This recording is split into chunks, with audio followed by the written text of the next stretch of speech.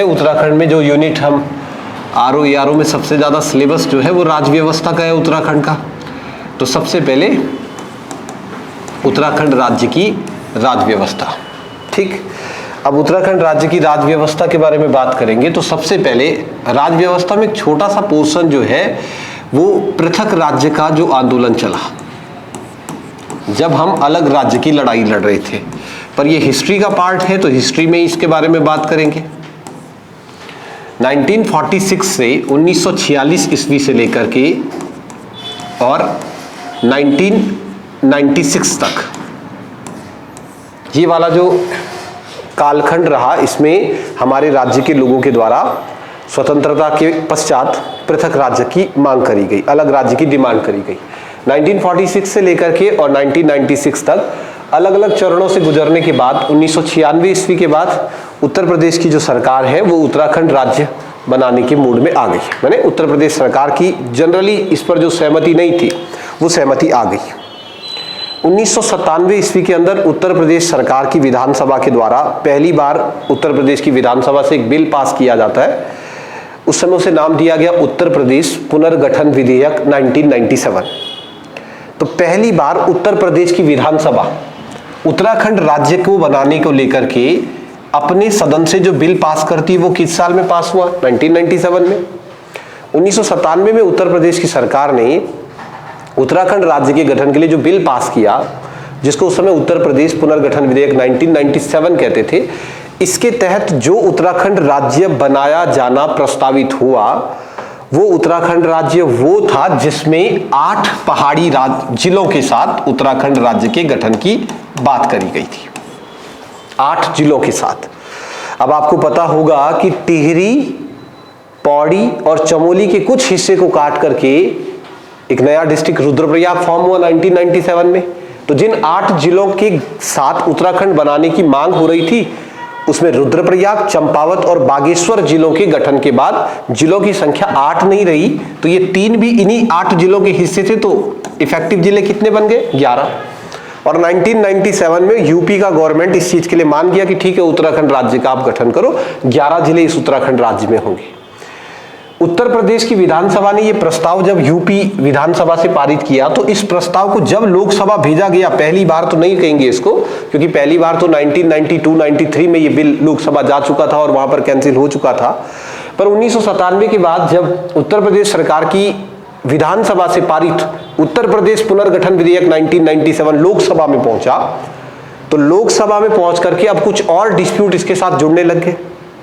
जो सबसे प्रमुख डिस्प्यूट उस दौर में जुड़ा इसके साथ वो ये था कि उधम सिंह नगर राज्य जो जिला है उसे भी उत्तराखंड राज्य में ऐड किया जाए। तो ये बिल 1997 में लोकसभा से पारित नहीं हो पाया। रीजन क्या रहा कि उत्तराखंड राज्य का जो गठन होगा वो इन 11 जिलों के अलावा उसमें उधम सिंह नगर जिले को भी ऐड किया जाए। जॉर्ज समिति का गठन हुआ, जॉर्ज समिति ने कहा ठीक है जोड़ दो इसको भी, और 1998 तक ये बात क्लियर हो गई कि ठीक है उधम सिंह नगर को भी उत्तराखंड में ऐड किया जाएगा। लेकिन एक बड़ा प्रश्न चिन्ह ये था कि हरिद्वार जिले को उत्तराखंड में ऐड किया जाए या ना किया जाए, और यदि किया जाए तो कितना किया जाए, क्योंकि जो लोग पृथक राज्य की लड़ाई लड़ रहे थे उनका मानना यह था कि हरिद्वार का सिर्फ चंडी घाट तक का परगना जो है वो उत्तराखंड राज्य में मिलाया जाए। 98 के बाद अब डिस्प्यूट इस बात पर था कि उत्तराखंड का कितना हिस्सा उत्तराखंड में मिलाया जाए। एक बड़ी चर्चा इस चीज के ऊपर भी थी कि जो आज का हमारा नैनीताल है वो नैनीताल जैसा हमें दिख रहा है, क्या राज्य गठन से पूर्व भी नैनीताल के अंतर्गत उतना ही हिस्सा आता है? तो आंसर है कि नहीं। इस चीज पर भी चर्चा हुई कि नैनीताल का कुछ हिस्सा हमें उत्तर प्रदेश के अंदर बिजनौर जिले में ऐड करना पड़ेगा। तो इन सारी चीजों में 2 साल लग गए। साल 2000 ईस्वी में यह तय हुआ कि 11 जिले प्लस हरिद्वार और उधम सिंह नगर इन 2 जिलों के साथ यानी 13 जिलों के साथ उत्तराखंड राज्य का गठन किया जाएगा। इसमें संपूर्ण हरिद्वार को ऐड किया जाएगा और नैनीताल का कुछ हिस्सा उत्तर प्रदेश के बिजनौर जिले में ऐड किया जाएगा। इन सारी चीजों के बाद उत्तर प्रदेश की विधानसभा एक नया बिल तैयार करती है और उस बिल को उत्तर प्रदेश पुनर्गठन विधेयक साल 2000 के नाम से जाना जाता है। हमारे राज्य उत्तराखंड का गठन जिस बिल के द्वारा हुआ है उस बिल का टाइटल ये है, उत्तर प्रदेश पुनर्गठन विधेयक 2000। राज्य विधानसभा से मंजूरी मिलने के बाद ये बिल लोकसभा और राज्यसभा में गया, और ये बहुत कॉमन बात है, आप जानते हैं 1 अगस्त लोकसभा से मंजूरी मिल गई, बाद में राज्यसभा ने मंजूरी दे दी। तो संसद से साल 2000 ईस्वी में उत्तर प्रदेश पुनर्गठन विधेयक को मंजूरी मिलती है। अब आप ये मान के चलो कि उत्तर प्रदेश का ये जो पुनर्गठन विधेयक है, अगस्त 2000 ईस्वी में इसे भारत की संसद से स्वीकृति मिल गई। नए राज्यों के गठन संबंधी जो बिल होते हैं, जो कानून होते हैं, एक बार यदि संसद ने उन्हें पारित कर दिया तो अब राज्यों के पास 3 महीने का समय होता है कि 3 महीने के अंदर अंदर इन बिलों के तहत नए राज्यों का गठन कर दिया जाए। तो अगस्त में हमारा बिल पारित हो रहा है, यानी सितंबर, अक्टूबर, नवंबर, 25 नवंबर या 28 नवंबर 2000 ईस्वी से पहले इस राज्य को आपको बनाना पड़ेगा। तो ठीक है, उत्तर प्रदेश पुनर्गठन विधेयक को भारत की संसद की मंजूरी मिलने का मतलब है कि ठीक उत्तराखंड राज्य का गठन हो जाएगा। और अब जब उत्तराखंड राज्य की गठन की मांग उठी, जब उत्तराखंड राज्य को संसद ने मंजूरी दे दी, तो अब चर्चा कुछ प्रमुख बिंदुओं के ऊपर होने लगी। पहला बिंदु जिसके ऊपर चर्चा हुई वो थी राजधानी का मुद्दा। नवगठित राज्य की राजधानी कहां होगी?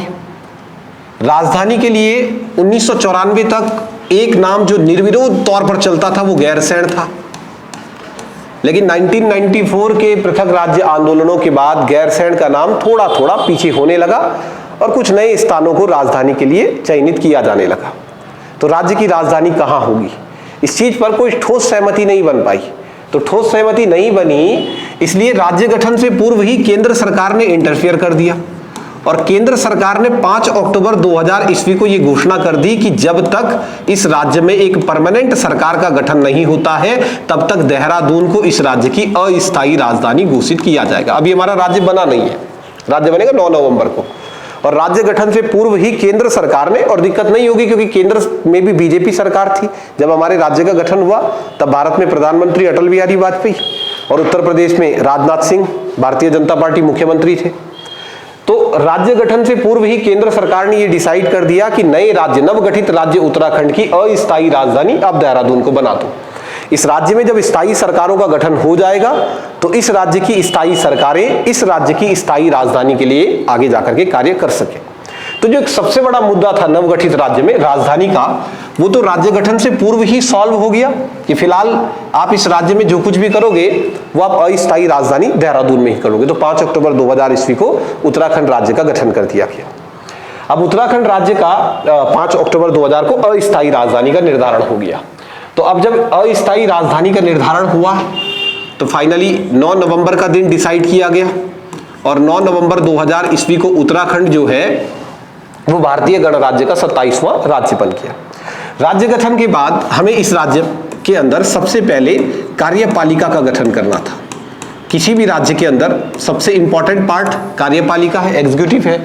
तो राज्य गठन के बाद सबसे पहले राज्य में कार्यपालिका का गठन किया जा रहा था। कार्यपालिका के गठन के लिए केंद्र सरकार के द्वारा राज्यपाल के पद पर एक व्यक्ति को नियुक्त कर दिया गया और जिस व्यक्ति को केंद्र सरकार ने उत्तराखंड में राज्यपाल के पद पर भेजा वो हमारे पहले राज्यपाल बन गए। तो पहली कार्यपालिका हमारी कैसे बनी? तो सुरजीत बरनाला उत्तराखंड के पहले राज्यपाल चयनित हुए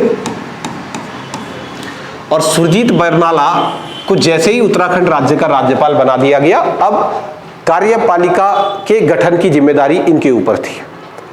तो अब उत्तराखंड राज्य की जो कार्यपालिका का गठन किया जाना था वो राज्य के प्रथम नागरिक सुरजीत बरनाला यानी राज्यपाल की जिम्मेदारी थी। अब जिस राज्य से हम अलग हो रहे थे उत्तर प्रदेश, वहां पर क्या स्थिति बनी हुई थी? जो उत्तर प्रदेश राज्य है, इस उत्तर प्रदेश राज्य में उत्तराखंड की स्थिति क्या थी राज्य गठन से पूर्व? तो अगर हम राज्य गठन से पूर्व की बात करें तो देखो ये पूरा का पूरा हिस्सा 9 नवंबर 2000 ईस्वी से पहले इतना हिस्सा जो है ये उत्तर प्रदेश राज्य के अंतर्गत आता था। तो कार्यपालिका के गठन से पूर्व इस बात को थोड़ा सा जान लेते हैं कि राज्य गठन से पूर्व जो उत्तर प्रदेश का विधानमंडल था, इस उत्तर प्रदेश के विधानमंडल में उत्तराखंड की स्थिति क्या थी? राज्य गठन से पूर्व उत्तर प्रदेश के विधानमंडल, क्योंकि वहां का विधानमंडल बाइकेमरल है, द्विसदनात्मक है, तो यूपी के विधानमंडल में विधानसभा भी होती थी और विधानसभा के अलावा वहां पर विधान परिषद भी थी। विधानसभा यानी कि लेजिस्लेटिव असेंबली और विधान परिषद यानी कि लेजिस्लेटिव काउंसिल। राज्य गठन से पूर्व उत्तराखंड राज्य के अंदर उत्तर प्रदेश की विधानसभा में उत्तराखंड से कुल कितनी विधानसभा की सीटें हुआ करती थी? 22 विधानसभा की सीटें। और हमारे राज्य से, उत्तराखंड से, इस जमीन के टुकड़े से उत्तर प्रदेश की विधान परिषद में कितने सदस्यों को चुना जाता था? तो फिर आंसर होगा 8। ये 22 सदस्य जो उत्तराखंड के थे, मतलब इस हिस्से से आते थे, इस हिस्से से। तो उत्तर प्रदेश की विधानसभा में उत्तराखंड राज्य के लिए कितनी सीटें आवंटित करी गई थी? तो आंसर होगा 22 सीटें। इन 22 सीटों में 3 सीटें एससी के लिए रिजर्व हुआ करती थी और 1 सीट जो है वो एसटी के लिए रिजर्व होती थी।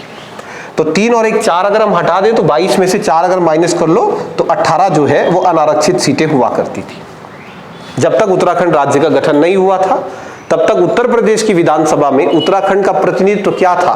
तो उत्तर प्रदेश की विधानसभा में हमारी 22 सीटें थी, जिसमें से 3 सीटें एससी के लिए रिजर्व होती थी और 1 सीट एसटी के लिए रिजर्व थी, यानी 4 रिजर्व सीटें थी और 18 सीटें जो है वो अनारक्षित हुआ करती थी। तो राज्य गठन से पूर्व जो सीटें उत्तर प्रदेश की विधानसभा में उत्तराखंड राज्य से बनाई गई थी 22 सीटें, उसमें से पहली सीट यही थी उत्तरकाशी। पहली सीट उत्तराखंड से जो उत्तर प्रदेश की विधानसभा में हुआ करता था उस सीट का नाम ही उत्तरकाशी विधानसभा सीट थी और उत्तरकाशी विधानसभा सीट संपूर्ण उत्तरकाशी जिले को कवर करती थी। यानी राज्य गठन से पूर्व उत्तरकाशी जिले में उत्तर प्रदेश विधानसभा की बस 1 ही सीट हुआ करती थी। चमोली जिले में 2 सीटें हुआ करती थी। पहली विधानसभा सीट का नाम कर्णप्रयाग विधानसभा सीट था और चमोली गढ़वाल की दूसरी विधानसभा सीट, क्या नाम है इसका? हाँ, वेरी गुड, ये वाली सीट जो ये पूरी की पूरी सीट थी, इसे बद्री केदार विधानसभा सीट के नाम से जाना जाता था। राज्य गठन से पूर्व यही एकमात्र विधानसभा सीट थी जो 2 जिलों का प्रतिनिधित्व करती थी। मतलब बद्री केदार विधानसभा सीट का जो विधायक होगा वो रुद्रप्रयाग जिले का भी विधायक है और चमोली का भी आधे हिस्से का विधायक है। तो आप देखो तो चमोली जिले से हम कह सकते हैं कि 2 विधानसभा सीटें हुआ करती थी। पिथौरागढ़ से भी 2 विधानसभा सीटें उत्तर प्रदेश की विधानसभा में हुआ करती थी। एक विधानसभा सीट का नाम था डीडी हाट और उत्तराखंड का जब आप पढ़े इतिहास तो डीडी हाट विधानसभा सीट का इतिहास अपने में ही महत्वपूर्ण है, क्योंकि उत्तराखंड के पहले क्षेत्रीय दल उत्तराखंड क्रांति दल को इसी विधानसभा सीट से पहली बार अपना प्रत्याशी निर्वाचित जसवंत सिंह यहीं से चुने गए थे। तो यूकेडी का पहला जो निर्वाचित विधानसभा प्रत्याशी हुआ, विधायक हुआ, वो भी डीडी हाट विधानसभा सीट से ही आते थे।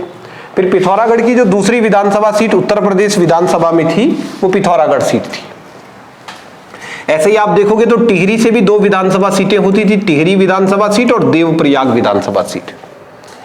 जो आपका पौड़ी जिला है, इस पौड़ी जिले से भी उत्तर प्रदेश में 2 ही विधानसभा सीटें हुआ करती थी, एक लैंसडाउन विधानसभा सीट और एक पौड़ी की विधानसभा सीट।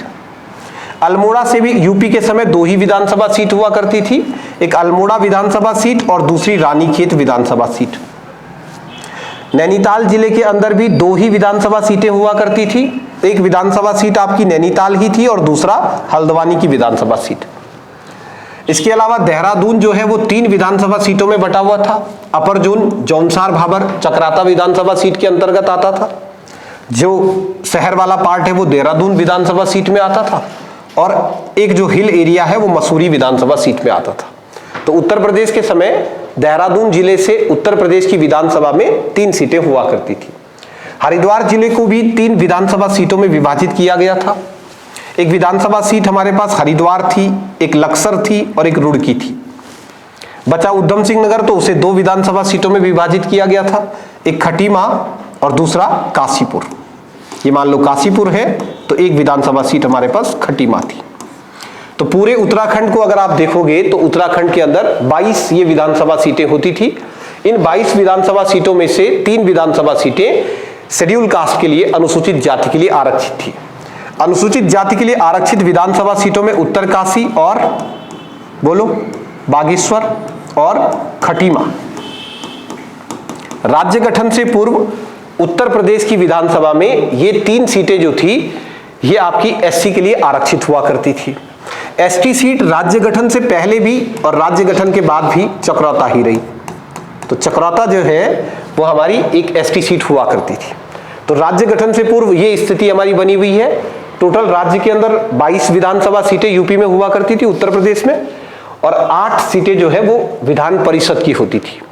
विधान परिषद के लिए जो 8 सीटें उत्तर प्रदेश की विधान परिषद में 8 सीट होती थी ना, इनमें से एक सीट जो है वो गढ़वाल कुमाऊं ग्रेजुएट सीट हुआ करती थी। उसका नाम होता था गढ़वाल कुमाऊं ग्रेजुएट। एक सीट आपकी गढ़वाल कुमाऊं के जो टीचर्स है ये सीट हुआ करती थी। आपने पढ़ा होगा ना पॉलिटिकल सिस्टम के अंदर कि विधान परिषद में जो सीटें हैं वो अलग अलग क्षेत्रों से चुनी जाती है। तो एक सीट हमारी मतलब एक आदमी को गढ़वाल कुमाऊं जो आपका टीचर्स है, एक गढ़वाल कुमाऊं ग्रेजुएट्स जो है वहां से एक सीट विधान परिषद के लिए होती थी, एक गढ़वाल कुमाऊं टीचर्स से होती थी। एक आपका जो गढ़वाल रीजन का लोकल बॉडी है, गढ़वाल की स्थानीय स्वशासन के अंदर जितनी भी नगर निकाय आते हैं, यानी गढ़वाल मंडल के अंतर्गत जितने भी हमारे नगरीय स्वशासन की व्यवस्थाएं आती, नगर पालिका, नगर निगम, नगर पंचायत, एक व्यक्ति वो लोग चुनते थे। और ऐसे ही कुमाऊं का जो लोकल बॉडी था वहां से एक व्यक्ति को चुन लिया जाता था। तो 4 ये हो गए और 4 लोग डायरेक्ट वहां पर इलेक्टेड होते थे। तो 4 और 4 टोटल मिला के विधान परिषद में 8 लोग हुआ करते थे। तो राज्य गठन से पूर्व उत्तराखंड राज्य के बनने से पहले उत्तर प्रदेश की विधानसभा में टोटल आपके 22 जो है वो विधानसभा सीटें थी और 8 जो है हमारी विधान परिषद की सीटें हुआ करती थी। ये आरक्षित सीटें अगर टोटल देखी जाए तो टोटल हमारे पास आरक्षित सीटें कितनी थी, तो 4 सीटें जो है वो आरक्षित हुआ करती थी। अब जब 9 नवंबर 2000 ईस्वी को उत्तराखंड राज्य का गठन हुआ तो ये निर्णय लिया गया कि जो लोग इस जमीन से, इस क्षेत्र से चुनकर आए हैं, यही लोग जाकर के उत्तराखंड राज्य के अंदर एक काम चलाऊ सरकार का गठन करें। तो उत्तर प्रदेश से इन 30 आदमियों को 22 विधानसभा से और 8 विधान परिषद से टोटल 30 आदमियों को उत्तराखंड भेजा गया और उत्तराखंड आकर के इन्हीं 30 लोगों से उत्तराखंड राज्य के अंदर पहली एक काम चलाऊ सरकार बनाई गई, जिसे हम क्या कहते हैं, इसे अंतरिम सरकार कहते हैं। उत्तराखंड राज्य के गठन के साथ ही 9 नवंबर 2000 ईस्वी से लेकर और 1 मार्च 2002 ईस्वी तक इसी अंतरिम सरकार ने उत्तराखंड राज्य का शासन चलाया। और शासन चलाना बड़ी बात नहीं है, इस राज्य की नींव रखने वाली सरकार यही है। सारे बेसिक काम जो है वो इसी सरकार के द्वारा करे गए। तो 9 नवंबर 2000 से 1 मार्च 2002 ईस्वी तक उत्तराखंड में अंतरिम सरकार का शासन चला। अंतरिम सरकार में उत्तर प्रदेश से टोटल कितने सदस्य आए थे, तो 30 सदस्य आए थे। और ये जो 30 सदस्य थे, इन 30 सदस्यों ने ही उत्तराखंड में अंतरिम सरकार का गठन किया। एक थोड़ा सा मैं आपका ध्यान इस तरफ को ले जाता हूं, एक बार आप जरा समझना कि ये जो 8 मेंबर विधान परिषद के है ना, इनके बस मैं नाम एक बार आपके सामने ऐसे ही कह दे रहा हूं, तो देखना कितने बड़े नाम है। जो 8 सदस्य विधान परिषद से आए थे, देखो जो विधानसभा से आए थे वो तो भाई विधायक थे, निर्वाचित विधायक, लेकिन जो 8 सदस्य विधान परिषद से आए थे उनमें उत्तर प्रदेश की विधान परिषद के सभापति भी थे। जब हमारे राज्य का गठन हुआ तो जो उत्तर प्रदेश की विधान परिषद थी ना, उसके अध्यक्ष सभापति, और उत्तर प्रदेश की विधान परिषद के सभापति हुआ करते थे नित्यानंद स्वामी। तो विधान परिषद से जो 8 लोग उत्तराखंड में आए उनमें पहले नित्यानंद स्वामी थे। दूसरे व्यक्ति जो विधान परिषद से आए थे प्रकाश पंत। आप देखो अंतरिम सरकार में इनको कितनी बड़ी दायित्व मिला। तो आप देखो नित्यानंद स्वामी विधान परिषद से आए थे, प्रकाश पंत जो है वो विधान परिषद से आए थे, तीरथ सिंह रावत विधान परिषद से आए थे, इंदिरा हृदय विधान परिषद से आई थी, इंदिरा हृदय। इसके अलावा निरुपमा गौड़, कल के पॉइंट में ध्यान रखना, निरुपमा गौड़ जो है वो भी विधान परिषद से आई थी। ईसम सिंह और नारायण सिंह 2 और थे, लेकिन विधान परिषद से जो लोग 8 आए थे, 8 लोग जो विधान परिषद से आए और 22 लोग जो विधानसभा से आए, टोटल ये जो 30 लोग हैं इन्होंने उत्तराखंड में अंतरिम सरकार का गठन किया। तो विधानसभा से आने वाले 22 के 22 लोग जो है वो पुरुष हैं, पुरुष। लेकिन विधान परिषद से जो 8 लोग उत्तराखंड में एंटर किए, इनमें 2 महिलाएं थी। ये ध्यान रख लोगे, दोनों की दोनों महिलाएं जो उत्तराखंड की अंतरिम सरकार में हुई, इंदिरा हृदय और निरुपमा गौड़, दोनों कहां से आई थी, विधान परिषद, यहां से कोई भी नहीं। तो जब उत्तराखंड राज्य की अंतरिम सरकार का गठन हुआ तो सदस्यों की संख्या कितनी थी, 30। अब यहां कोई फर्क नहीं पड़ता कि आप कहीं से भी आए हो, क्योंकि जो 30 के 30 लोग आए उन्होंने उत्तराखंड की अंतरिम सरकार का गठन किया। तो सदस्यों की संख्या 30 सदस्यों की इस संख्या में महिला सदस्यों की संख्या कितनी हो गई, 2 हो गई, इंदिरा हृदय और निरुपमा गौड़। ये अंतरिम सरकार की 2 महिला सदस्य थी। फिर इन 30 सदस्यों में भारतीय जनता पार्टी के टोटल सदस्य थे 23, विपक्ष का काम किया था समाजवादी पार्टी ने, क्योंकि समाजवादी पार्टी के पास सीटें थी 3। इसके अलावा कांग्रेस के पास 2 सीटें और बहुजन समाजवादी पार्टी के पास 2 सीटें। तो टोटल 30 सीटों में अगर आप देखोगे तो सबसे ज्यादा मेजॉरिटी किसके पास है? बीजेपी के पास। जो मेजॉरिटी वाला दल होता है, जो बहुमत दल होता है, उसी की तो सरकार बनेगी। कार्यपालिका किसकी बनेगी? बहुमत दल की। और बहुमत वाला दल कौन था? भारतीय जनता पार्टी। तो कार्यपालिका का, राज्य कार्यपालिका का जो प्रधान है, जिसे हम राज्यपाल कहते हैं, ये राज्यपाल की ड्यूटी है कि वो बहुमत दल के प्रधान नेता को सरकार बनाने का न्योता दे। तो उसके लिए बहुमत दल को अपना नेता चुनना पड़ेगा और बहुमत दल का जो होगा नेता, वही उस राज्य का मुख्यमंत्री कहलाएगा। तो 9 नवंबर 2000 को जब राज्य का गठन हुआ और राज्य में राज्यपाल के तौर पर सुरजीत बरनाला की नियुक्ति हुई, तो इन्होंने उत्तराखंड राज्य में सीएम के लिए बहुमत दल के प्रधान नेता को आमंत्रित किया। तो बहुमत दल ने अपना नेता चुना नित्यानंद स्वामी को, इसलिए उत्तराखंड का पहला मुख्यमंत्री किसे नियुक्त किया गया? नित्यानंद स्वामी मूल रूप से हरियाणा राज्य से संबंधित है, यह आप ध्यान रखना। यह मूलतः हरियाणा राज्य के हैं, लेकिन कई वर्षों से ये देहरादून में ही निवासरत थे। इसलिए जब उत्तर प्रदेश विधान परिषद के चुनाव हुए तो वो उत्तर प्रदेश विधान परिषद में देहरादून से चुन लिए गए। और उत्तराखंड राज्य का जब गठन हुआ तो गठन के समय नित्यानंद स्वामी उत्तराखंड राज्य के पहले मुख्यमंत्री चुने गए। नित्यानंद स्वामी मुख्यमंत्री बने तो उन्होंने अपना पहला मंत्रिमंडल गठित किया। राज्य का पहला मंत्रिमंडल 10 नवंबर 2000 ईस्वी को गठित किया गया। राज्यों के मंत्रिमंडल में हमें कम से कम कितने सदस्य रखने होते हैं? तो 12 रखने होते हैं। राज्यों के मंत्रिमंडल में अधिकतम सदस्यों की जो संख्या है वो कितनी होती है? तो विधानसभा के सदस्यों की संख्या का 15%। अगर राज्यों के अंदर विधायकों की संख्या 100 होगी तो आपको 15 मंत्री बनाने पड़ेंगे। पर क्योंकि उत्तराखंड में तो अंतरिम सरकार में 30 ही सदस्य थे, इसलिए न्यूनतम जनसंख्या वाला, वो न्यूनतम संख्या वाला फॉर्मूला अप्लाई किया गया। और जब हमारे राज्य का गठन हुआ तो राज्य गठन के बाद मुख्यमंत्री नित्यानंद स्वामी बने, पहला मंत्रिमंडल बना। पहले मंत्रिमंडल में मुख्यमंत्री समेत टोटल 12 सदस्यों को शामिल किया गया। एकमात्र महिला जो उत्तराखंड के मंत्रिमंडल में शामिल करी गई निरुपमा गौड़ थी, इसलिए निरुपमा गौड़ उत्तराखंड राज्य की पहली महिला मंत्री होती है। उत्तराखंड की पहली महिला मंत्री निरुपमा गौड़ होती है। तो राज्य में मंत्रिमंडल का भी गठन हो गया। मंत्रिमंडल बन गया, मुख्यमंत्री बन गया, राज्यपाल बन गया। इसका मतलब क्या का गठन हो गया? कार्यपालिका का गठन हो गया। तो उत्तराखंड राज्य की जो कार्यपालिका है वो 10 नवंबर 2000 ईस्वी तक गठित हो गई। और अब इस कार्यपालिका के गठन होने का मतलब है कि हमारे पास इस राज्य की सुप्रीम पावर है। तो राज्य को चलाने के लिए सारे नियम कानून वगैरह सब कौन बनाएगा? कार्यपालिका बनाएगी। कार्यपालिका के गठन हो जाने के बाद राज्यों के अंदर हमें गठन करना है किसका? विधायिका का, लेजिस्लेचर का। लेजिस्लेचर का काम क्या है? तो कानून का निर्माण करना। विधानसभा के अंदर कानून का निर्माण कौन करता है? विधायिका करती है। तो अब हमें उत्तराखंड राज्य की विधायिका का गठन करना था। विधायिका के गठन के लिए 28 नवंबर 2000 ईस्वी का दिन चुना गया और 28 नवंबर 2000 ईस्वी को उत्तराखंड की जो विधानसभा थी, इस विधानसभा की पहली बैठक आयोजित करी गई। विधानसभा की पहली बैठक कब हुई? तो विधानसभा की पहली बैठक 28 नवंबर 2000 ईस्वी को हुई। अब हमारे जो विधानसभा है या लोकसभा है, उसमें जब भी कोई नई सरकार का गठन होता है तो नई सरकार के गठन पर जब भी कोई नई सरकार बनती है तो विधानसभा की जो पहली बैठक होगी, पहली बैठक की अध्यक्षता करने वाले व्यक्ति को प्रोटेम स्पीकर कहा जाता है। तो परंपराओं का पालन करते हुए उत्तराखंड में प्रोटेम स्पीकर जो है वो काजी मोहम्मद मोइनुद्दीन को बनाया गया।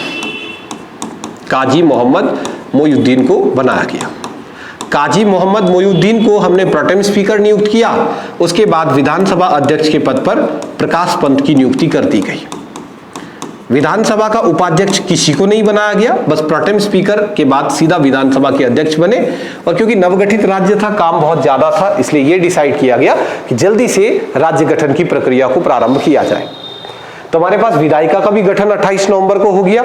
इसके अलावा हमारे राज्य के अंदर कार्यपालिका का भी गठन हो गया। तो कार्यपालिका और विधायिका दोनों के गठन होने के बाद अब राज्य निर्माण की चुनौती इनके सामने थी कि चलो हमने राज्य का गठन कर दिया, अब क्या करें? चलो अब अपना काम करना स्टार्ट करते हैं।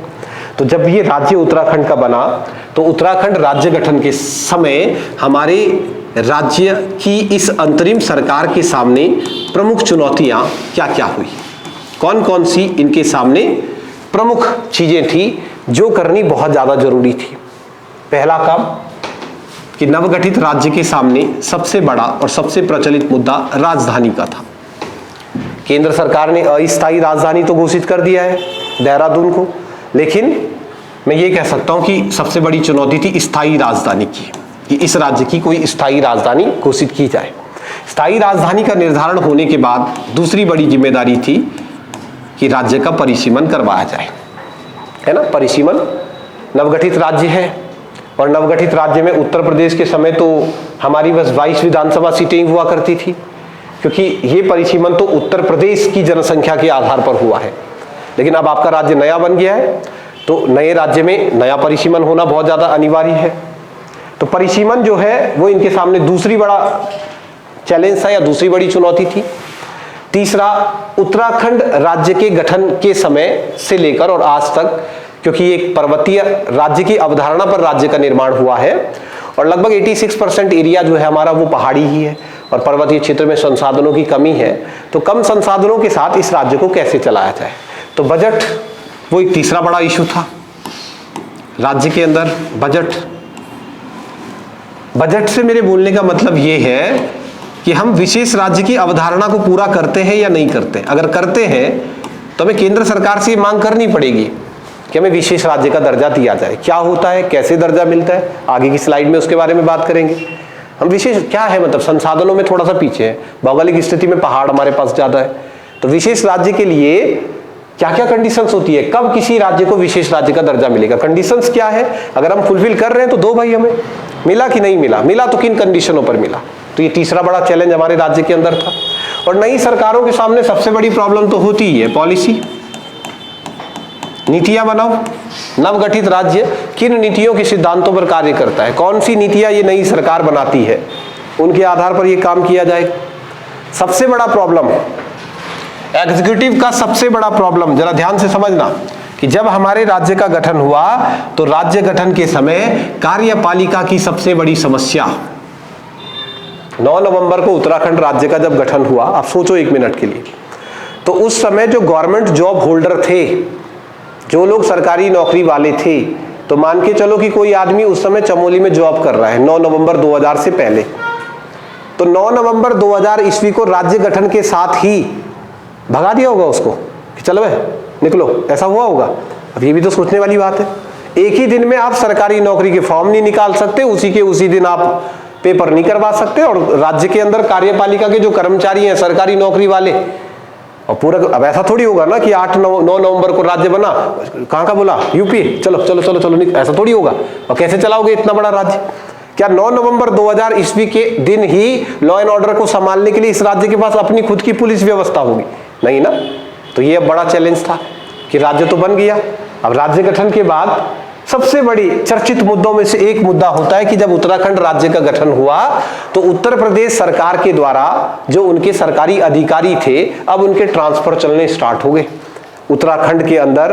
अब देखो चलो 13 जिलों में तो व्यवस्थाएं पहले से बनी हुई थी, उनमें तो दिक्कत नहीं आएगी, लेकिन इसके बाद आपकी एक विधानसभा भी बनी है। अब आपकी विधानसभा बनी है तो कोई मुख्य सचिव बनेगा, कोई सचिव बनेगा, जो आज से पहले नहीं थे। तो जब उत्तर प्रदेश सरकार के द्वारा इन सरकारी अधिकारियों को उत्तरांचल कैडर में भेजा गया, तभी राज्य का नाम उत्तरांचल था, तो इस कैडर में जब भेजा गया तो ये मान लिया जाता है कि उस समय कार्यपालिका के प्रधान सेवकों ने इस बात से साफ नाराजगी जताई, कोई नहीं उत्तराखंड के पहाड़ी क्षेत्रों में काम करना चाहता था, और ये तो तुम्हारी भी नौकरी लग जाए तो उसके बाद जनरली पहली प्रेफरेंस तो मैदान ही होती है। ये तो एक अलग ही मामला है। कल को जॉब लग जाए और तुमको बोल दे कि चलो बुला डीडी हाट, तो थोड़ा सा होगा ना, हर कोई चाहता है कि मैं मैदानी क्षेत्रों में जाके काम करूं। तो ये भी राज्य सरकार के सामने एक बड़ा चैलेंज था कि इन पहाड़ी कैडर में आएंगे हमारे ये जो गवर्नमेंट जॉब होल्डर है, ये यहाँ काम करेंगे या नहीं करेंगे। और नए राज्य में ही तो सबसे इंपॉर्टेंट काम होता है, आगे तो जमी जमाई व्यवस्था मिल जाएगी। तो इस राज्य में हमें सरकारी अधिकारी भी तो टॉप क्लास चाहिए, तो वो आने को तैयार हैं या नहीं है। और फिर लोकतंत्र में ये भी तो बड़ी समस्या है कि जो हमारे निर्वाचित सदस्य हैं और जो ब्यूरोक्रेट्स हैं उनके बीच टकराव भी है। तो ये भी एक बड़ा चैलेंज था, कैसे राज्य का गठन किया जाए। तो सही मायनों में अगर हम उत्तराखंड को ढंग से अध्ययन करें तो हमें पता चलता है कि सबसे बेहतरीन काम जो है वो अंतरिम सरकार के पल्ले पड़ा। आने वाली सरकारों को तो जमी जमाई व्यवस्था को फॉलो करना था, कुछ बड़े एक्सपेरिमेंट नहीं करने थे। तो एक बड़ी प्रॉब्लम ये भी थी कि पॉलिसी मेकिंग के साथ साथ नए राज्य की इस व्यवस्था में कार्यपालिका का संचालन किस प्रकार से किया जाए। पहला बड़ा मुद्दा इनके सामने स्थायी राजधानी का था। और जब मामला स्थायी राजधानी का हो तो पहले थोड़ा सा मैं कुछ एक बातें आपको इस चीज के बारे में बता दूं, उत्तराखंड राज्य के बारे में जो बेसिक बातें होती है। जब हम उत्तराखंड राज्य की लड़ाई लड़ते थे तो लड़ाई लड़नी कब से शुरू हुई ये समझना जरूरी है, क्योंकि आजादी से पहले भी जो ये पर्वतीय क्षेत्र है, इस क्षेत्र को एक अलग प्रशासनिक इकाई बनाने की मांग उत्तराखंड के लोगों के द्वारा अंग्रेजों के सामने करी गई। वो कहते थे कि कुमाऊं को एक अलग प्रशासनिक इकाई बनाया जाए। ब्रिटिश काल में आपने नाम सुना होगा कि महारानी विक्टोरिया आई थी उत्तराखंड, उनके सामने भी ये डिमांड रखी गई।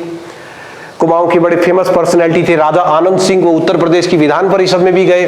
खूब लंबा चौड़ा मुद्दा चला जहां पर यह कहा गया कि कुमाऊं को एक पृथक प्रशासनिक इकाई के रूप में गठित किया जाए। तो कुमाऊं को एक अलग प्रशासनिक इकाई बनाने की मांग स्वतंत्रता से पूर्व की भी थी। कांग्रेस के समर्थन से 1938 में जब श्रीनगर में सम्मेलन हुआ तब भी इस मांग को दोहराया गया। 1946 के बाद उत्तराखंड राज्य की मांग थोड़ा तेज हुई, क्योंकि स्वतंत्र भारत में राज्यों का पुनर्गठन तो हुआ ही है ना। राज्य जो बनाए गए संविधान में जिन राज्यों को बनाया गया, तो राज्य पुनर्गठन अधिनियम 1956 ने उन राज्यों को पुनर्गठित तो किया ही है। तो भाषा के आधार पर राज्य तो बने ही है। तो हमारी भी जो डिमांड 7, 8, 10 सालों से चल रही थी, उस समय हमें भी लगा कि चलो अलग अलग राज्य के रूप में उत्तराखंड का गठन हो जाए, पर चलो वो नहीं हुआ। परंतु जब हम बात करते हैं स्थायी राजधानी की, तो उत्तराखंड राज्य की जिस समय हम लड़ाई लड़ रहे थे, तो पहला बड़ा साल जो हमारे काम का होता है वो 1948 होता है, क्योंकि ये पहला साल था जब हमने इस राज्य के लिए उत्तराखंड ये शब्द प्रयोग किया था कि अगर ये राज्य कभी बनता है, उत्तर प्रदेश के पर्वतीय भाग को यदि किसी दिन बनाया जाएगा राज्य, तो इसका नाम उत्तराखंड पहली बार कब यूज किया गया? 1948 में। तो 1948 के बाद हम उत्तराखंड के नाम पर ही अलग राज्य की मांग करते रहे। 1987 में भारतीय जनता पार्टी ने अपने विजयवाड़ा अधिवेशन में यह डिसाइड किया कि यदि इस राज्य का गठन भारतीय जनता पार्टी के सहयोग से हुआ तो इसका नाम उत्तराखंड नहीं रखा जाएगा। यानी बीजेपी की पॉलिसी के अकॉर्डिंग वो उत्तराखंड के स्थान पर इस राज्य का नाम उत्तरांचल ये रखना ज्यादा पसंद करते थे। खंड शब्द में उनका मानना यह था कि थोड़ा सा अलगाव का बोध होता है, खंड एक अलग हिस्सा हो जाता है, और उत्तरांचल रखेंगे हिमांचल की तर्ज पर तो ठीक भी है काम। तो 1948 से 1987 तक अलग राज्य की लड़ाई में एक ही नाम चल रहा था, उत्तराखंड। 1987 के बाद अलग राज्य की लड़ाई में दो नाम चलने लगे, उत्तराखंड वर्सेस उत्तरांचल। भारतीय जनता पार्टी और उसके समर्थित दल उत्तरांचल नाम को ज्यादा प्रमोट करते और अन्य दल उत्तराखंड क्रांति दल और बाकी दल उत्तराखंड के नाम पर ही टिके हुए थे। पहला साल था 1989 जब उत्तराखंड राज्य की राजधानी बनाने को लेकर के गैरसैंण का नाम चर्चाओं में आया। 1989 में उत्तराखंड के स्थानीय दल यूकेडी के द्वारा पहली बार गैरसैंण को इस राज्य की प्रस्तावित राजधानी घोषित किया गया था कि यदि हमारे राज्य का गठन होता है तो हम अपने राज्य की राजधानी किसे बनाएंगे? गैरसैंण। ये यूकेडी ने पहली बार कब प्रस्तावित किया? ये प्रपोज कर दिया कि जब राज्य बनेगा तो हम इस राज्य की राजधानी गैरसैंण को बनाएंगे। ये क्षेत्रीय दल यूकेडी के द्वारा पहली बार 1989 में घोषित किया गया। यूकेडी ने जब 1989 में कहा कि चलो ठीक है उत्तराखंड की राजधानी गैरसैंण होगी,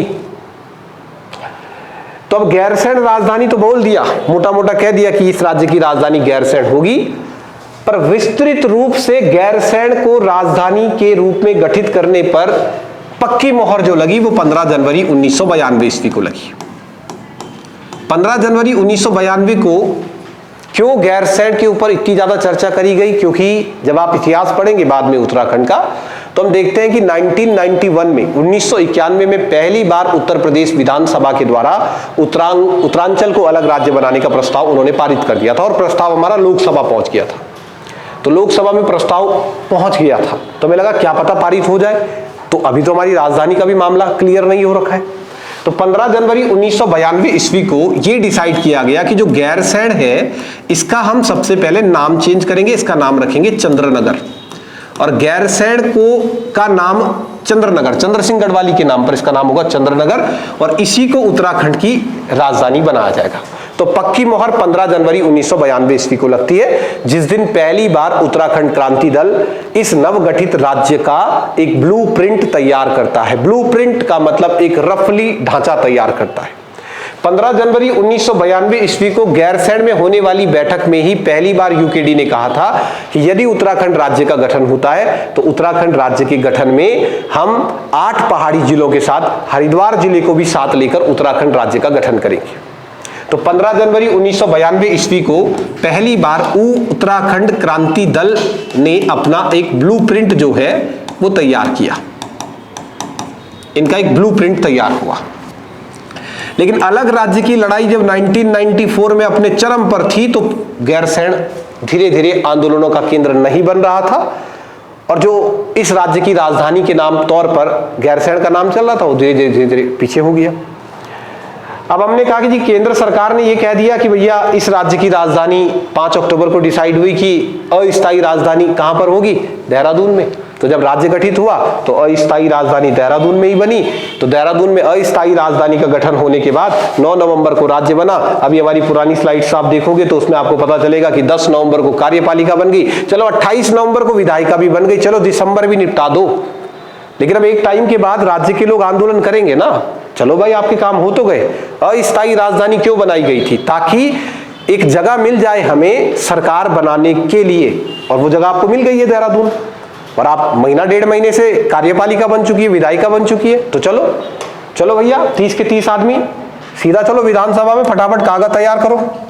ज्यादा क्या टाइम लगा रहे तुम, 30 हो तो तुम, शपथ तुमने ले ली, आपका अध्यक्ष सब कुछ है, फटाफट से कागज पे लिखो इस राज्य की राजधानी गैरसैंण, करो भाई फटाफट ना। अब ये मामला उठा तो अब उत्तराखंड राज्य के जितने भी लोग थे उन सभी लोगों ने ये डिमांड उठा दी कि स्थायी राजधानी गैरसैंण को बनाया जाए। तो उत्तराखंड में गैरसैंण को स्थायी राजधानी बनाने की मांग तीव्र होने लगी। नित्यानंद स्वामी पहले मुख्यमंत्री थे, उनके ऊपर प्रेशर पड़ना स्टार्ट हुआ। तो जब उनके ऊपर प्रेशर पड़ा तो उन्होंने पहली बार 11 जनवरी 2001 ईस्वी को पहली बार उन्होंने कहा चलो ठीक है, एक काम करते, एक समिति हम बना देते हैं। उस समय उत्तराखंड राज्य का नाम क्या था? उत्तरांचल। तो 11 जनवरी 2001 ईस्वी को उत्तरांचल राज्य की स्थायी राजधानी कहां होगी? स्थायी राजधानी के लिए एक स्थान ढूंढने के लिए उत्तरांचल स्थायी राजधानी स्थल निर्धारण समिति का गठन किया गया। एक समिति बनाई गई जिसका काम क्या था? इस राज्य के लिए एक स्थायी राजधानी ढूंढना। 11 जनवरी 2001 ईस्वी को ये एक समिति बना दी गई। इस समिति का बस नाम बड़ा है, सदस्य एक ही थे, रिटायर्ड जज वीरेंद्र दीक्षित। रिटायर्ड जज वीरेंद्र दीक्षित की अध्यक्षता में 11 जनवरी 2001 ईस्वी को एक सदस्यीय आयोग का गठन किया गया, जिसको इन शॉर्ट हम क्या भी कहते हैं? दीक्षित आयोग भी कहते हैं। तो ये दीक्षित आयोग की जिम्मेदारी थी कि वो स्थायी राजधानी के लिए किसी एक स्थल का या एक से अधिक स्थलों का चयन करके सरकार को अपनी रिपोर्ट दे। 11 जनवरी 2001 ईस्वी को इस राज्य की स्थायी राजधानी कहां होगी, उसके लिए वीरेंद्र दीक्षित की अध्यक्षता में उत्तरांचल स्थायी राजधानी स्थल निर्धारण समिति का गठन किया गया। दीक्षित कमीशन ने अपना काम करना स्टार्ट किया। आगे 2008 में उसकी रिपोर्ट आती है। तो जब हम दूसरी निर्वाचित सरकार में पहुंचते हैं तो वहां जाकर के समझने की कोशिश करेंगे कि क्यों गैरसैंण को स्थायी राजधानी नहीं बनाया गया।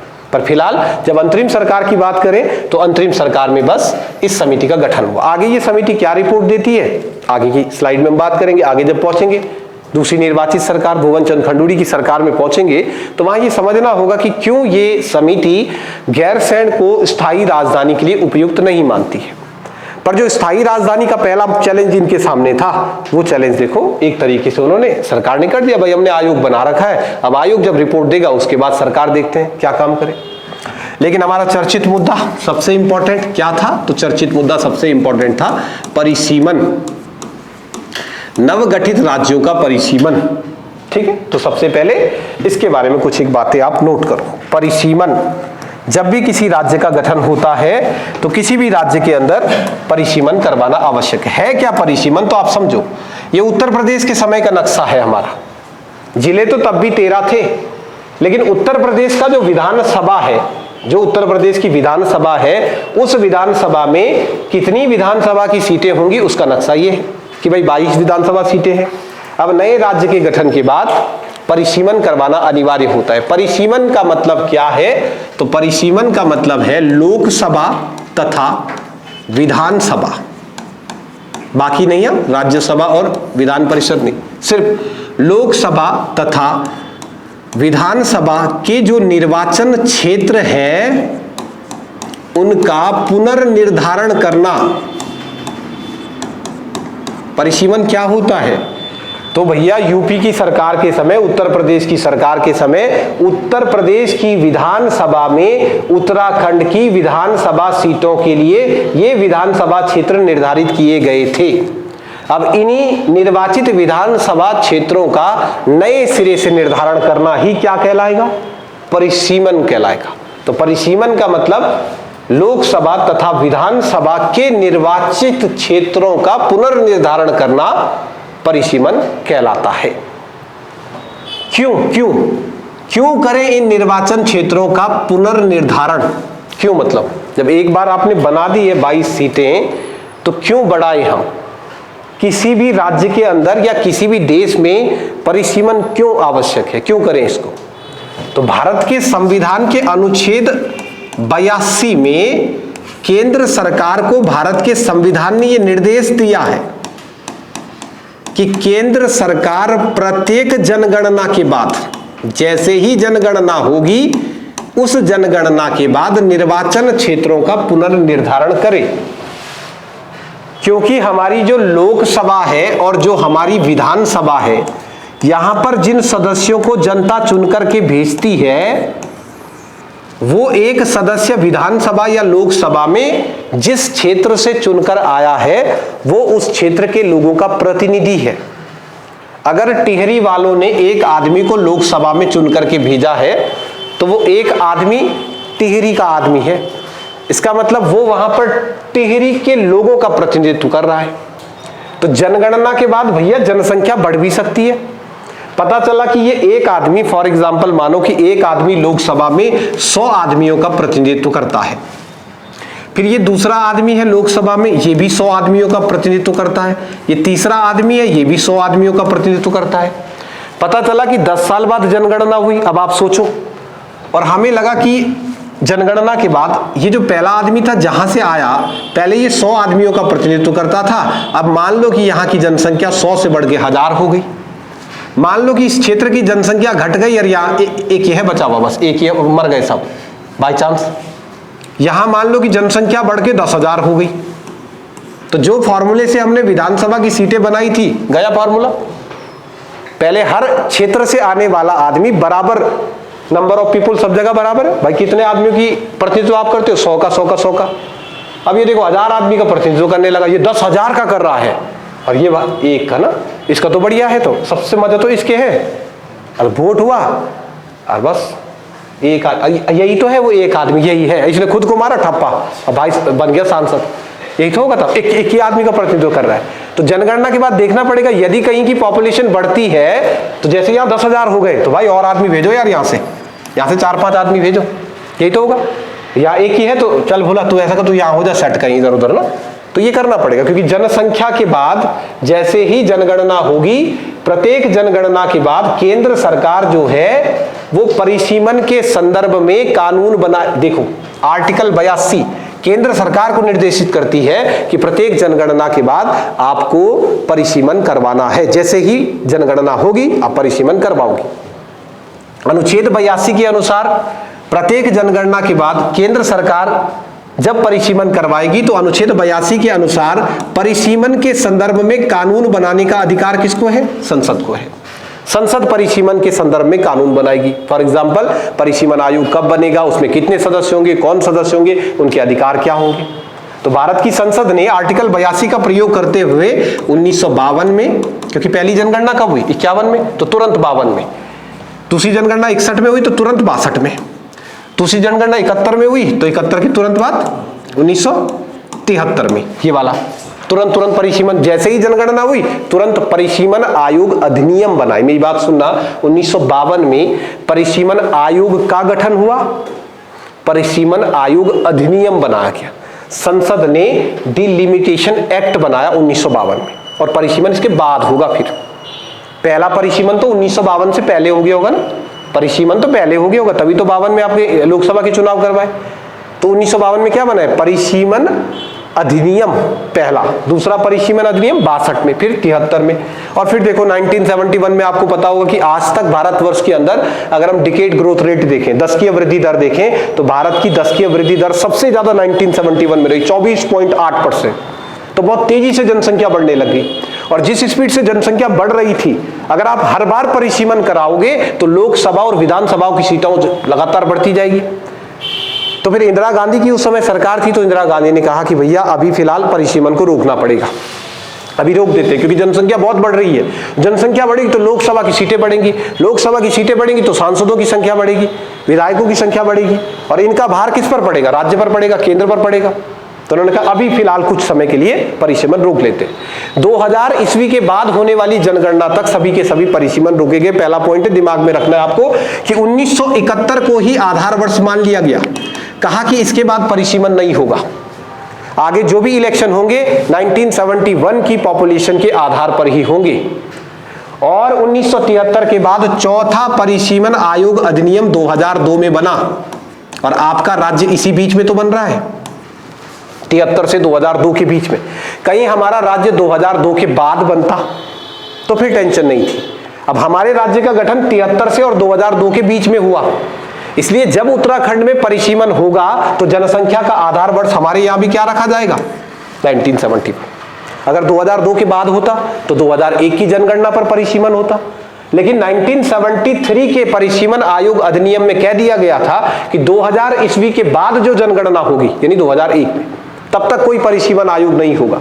तो इसका मतलब 2002 से पहले अगर आपको किसी भी राज्य को परिसीमन करवाना है, न सिर्फ उत्तराखंड बल्कि छत्तीसगढ़, झारखंड, किसी भी राज्य को यदि 2002 से पहले परिसीमन करवाना है तो जनसंख्या का आधार वर्ष क्या होगा, 1971। और इससे ना एक एक्चुअल डाटा नहीं बन पाएगा, क्योंकि जब हम सीटों को आवंटित करेंगे तो हम जनसंख्या कब की देखेंगे, 1971 की देखेंगे, 1971 की देखेंगे। तो आर्टिकल 82 जो है वो केंद्र सरकार को परिसीमन कराने का निर्देश दे रहा है, इसलिए कर रहे हैं हम निर्वाचन क्षेत्रों का निर्धारण। ऐसे ही अनुच्छेद 170 के अनुसार राज्यों को भी ये निर्देश, 170 क्लॉज 2, इसमें राज्यों को भी निर्देशित किया गया है कि भैया प्रत्येक जनगणना के बाद आपको भी अपनी राज्य के अंदर की विधानसभा सीटें जो है उनका पुनर्निर्धारण करना है। तो जब भारत का संविधान कह रहा है कि करवाओ परिसीमन, तो भैया परिसीमन तो करना ही पड़ेगा। और हमारे राज्य में तो नितांत आवश्यकता थी, बिल्कुल नया राज्य बना हुआ था। जिस फॉर्मूले के आधार पर उत्तराखंड में 22 सीटें निर्धारित हुई है, जो फॉर्मूला है जिसके आधार पर 22 सीटें निर्धारित हुई है, वो तो यूपी का फॉर्मूला है। तो अब जब उत्तराखंड राज्य का गठन हुआ, तो उत्तराखंड राज्य के गठन होने के बाद अब सबसे पहला काम हमारे राज्य के अंदर परिसीमन प्रारंभ हुआ। तो उत्तराखंड राज्य के अंदर जो पहला परिसीमन हुआ, पहली बार उत्तराखंड में जो परिसीमन करवाया गया वो 5 नवंबर सन 2001 ईस्वी को स्टार्ट कर दिया गया। 5 नवंबर 2001 उत्तराखंड का पहला परिसीमन हुआ। और जब उत्तराखंड में पहला परिसीमन हुआ तो देखो 2002 से पहले हो गया। तो पहला परिसीमन जो हुआ वो किस वर्ष की जनसंख्या के आधार पर हुआ, 1971। क्यों का आंसर आपको मिल गया, क्योंकि अभी चौथा भाई 2001 से पहले जो भी परिसीमन होते वो 71 की जनसंख्या के आधार पर ही होते थे। तो हमारे राज्य में पहला परिसीमन 5 नवंबर 2001 ईस्वी को हुआ। प्रथम परिसीमन में जनसंख्या का आधार वर्ष क्या रखा गया, 1971। अब अगर हम 1971 में, 2-3 पॉइंट अब आप थोड़ा सा ध्यान देना इस पर कि 1971 में अगर हम 1971 में उत्तराखंड की पॉपुलेशन ज्ञात करें तो वो लगभग 44 लाख थी, लगभग 44 लाख कुछ हजार समथिंग। 1971 में उत्तराखंड की जनसंख्या 44 लाख थी। पहला परिसीमन जब 5 नवंबर 2001 को हुआ तो इस परिसीमन में यह डिसाइड किया गया कि उत्तराखंड राज्य के अंदर विधानसभा की जो सीटें होंगी वो होंगी 70।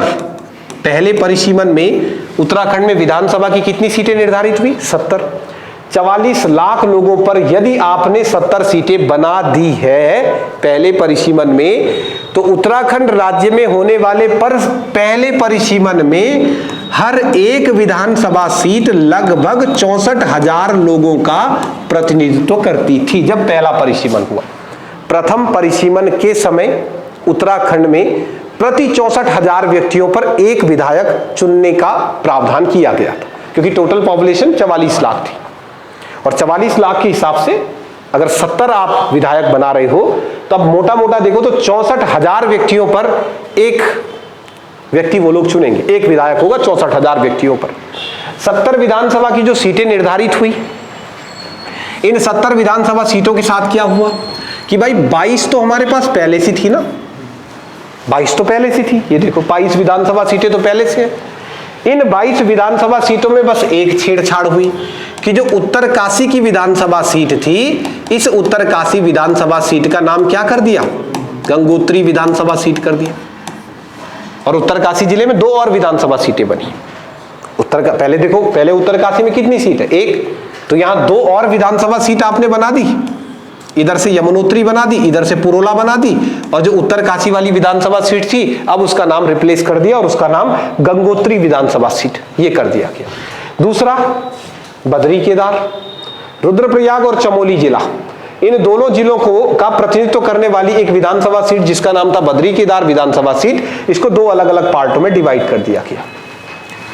तो 22 विधानसभा सीटों में आप देखोगे तो बद्री केदार विधानसभा सीट जो थी इसको 2 पार्ट में बांट दिया। इसकी एक विधानसभा सीट बना दी बद्रीनाथ विधानसभा सीट, ये मिल गई चमोली जिले को, और एक विधानसभा सीट बना दी केदारनाथ विधानसभा सीट, ये मिल गई रुद्रप्रयाग को। इसे 2 विधानसभा सीट अलग अलग कर दी। बद्रीनाथ विधानसभा सीट चमोली में हो गई तो बद्री केदार विधानसभा सीट के 2 पार्ट हो गए, ये देखो ये, और इसके अलावा 2 और विधानसभा सीटें चमोली में बना दी गई, 2 और बना दी, तो बद्रीनाथ सीट अलग हो गई, केदारनाथ सीट अलग हो गई, 2 ये काम कर दिए गए। 70 सीटें हमने टोटल डिसाइड करी, पहले परिसीमन में उत्तराखंड में 70 सीटें होंगी, 22 हमारी पहले से बनी हुई थी, तो नई विधानसभा सीटें हमें कितनी बनानी थी, तो 70 में से 22 में माइनस कर दो, कितनी 48, 48 ही होंगी, 48 10 58, 58 10 68 तो 22, तो 48 विधानसभा सीटें नई बनाई गई। तो पहले परिसीमन में उत्तराखंड में विधानसभा सीटों की संख्या 70 रखी गई और जनसंख्या का आधार वर्ष 1971 था। 70 विधानसभा सीटें जो उत्तराखंड में डिसाइड करी गई। 71 की जनगणना के आधार पर 1971 की जो जनगणना हुई थी उस जनगणना के आधार पर इन 70 विधानसभा सीटों में से 12 विधानसभा सीटें एससी के लिए रिजर्व कर दी गई, 3 विधानसभा सीटें एसटी के लिए रिजर्व कर दी गई, तो 12 और 3 15 तो रिजर्व हो गई, 70 में 15 रिजर्व हो गई, तो 55 सीटें जो है वो अनारक्षित हो गई।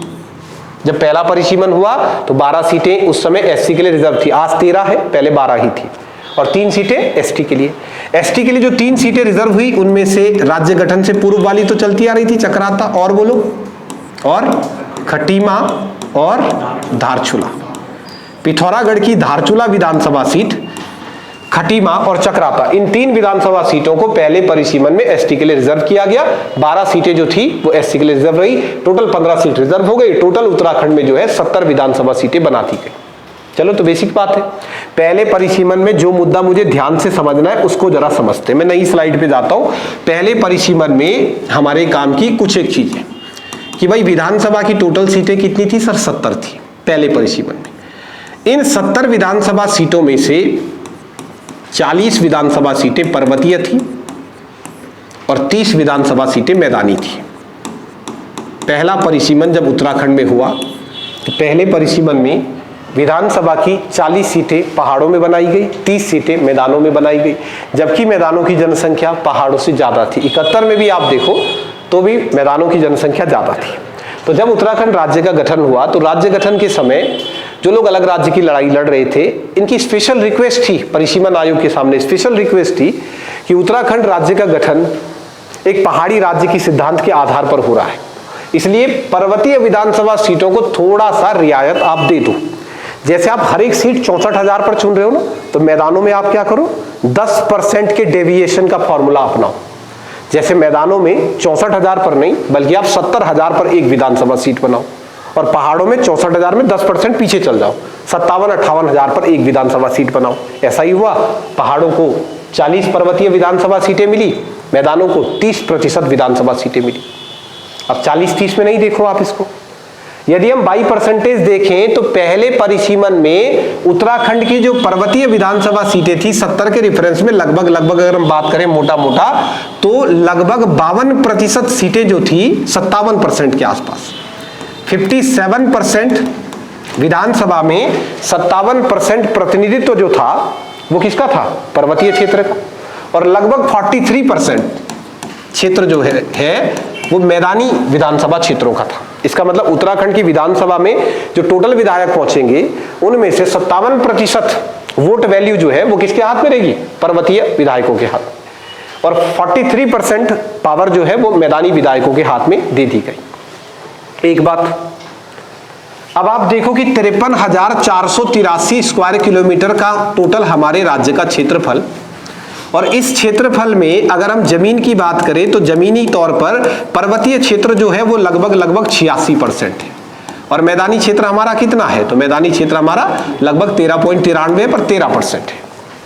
तो क्षेत्रफल के हिसाब से मैदानों के अंतर्गत सिर्फ 13% एरिया आता है। तो 13% मैदानी भूभाग का प्रतिनिधित्व 43% लोगों के हाथ में दे दिया गया। पर क्या कर सकते, क्योंकि जब भी परिसीमन होगा तो परिसीमन क्षेत्रफल के आधार पर नहीं होगा, वो जनसंख्या के आधार पर होगा।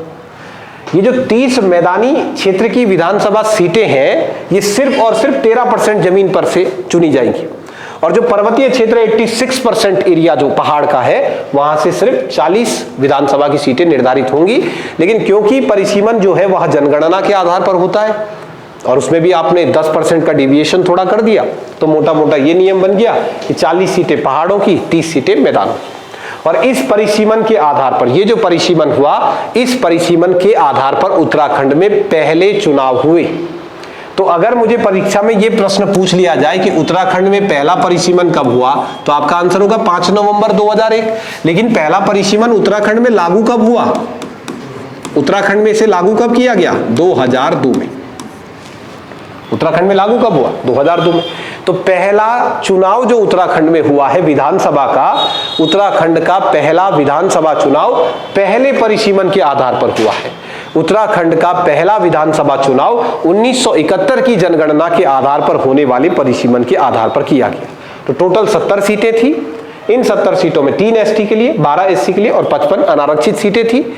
40 सीटें पर्वतीय क्षेत्रों के लिए रिजर्व कर दी गई और 30 सीटें मैदानी क्षेत्रों के लिए रिजर्व कर दी गई। पहली निर्वाचित सरकार इसी के आधार पर चुनी गई। पहली निर्वाचित सरकार में नारायण दत्त तिवारी उत्तराखंड के मुख्यमंत्री बने।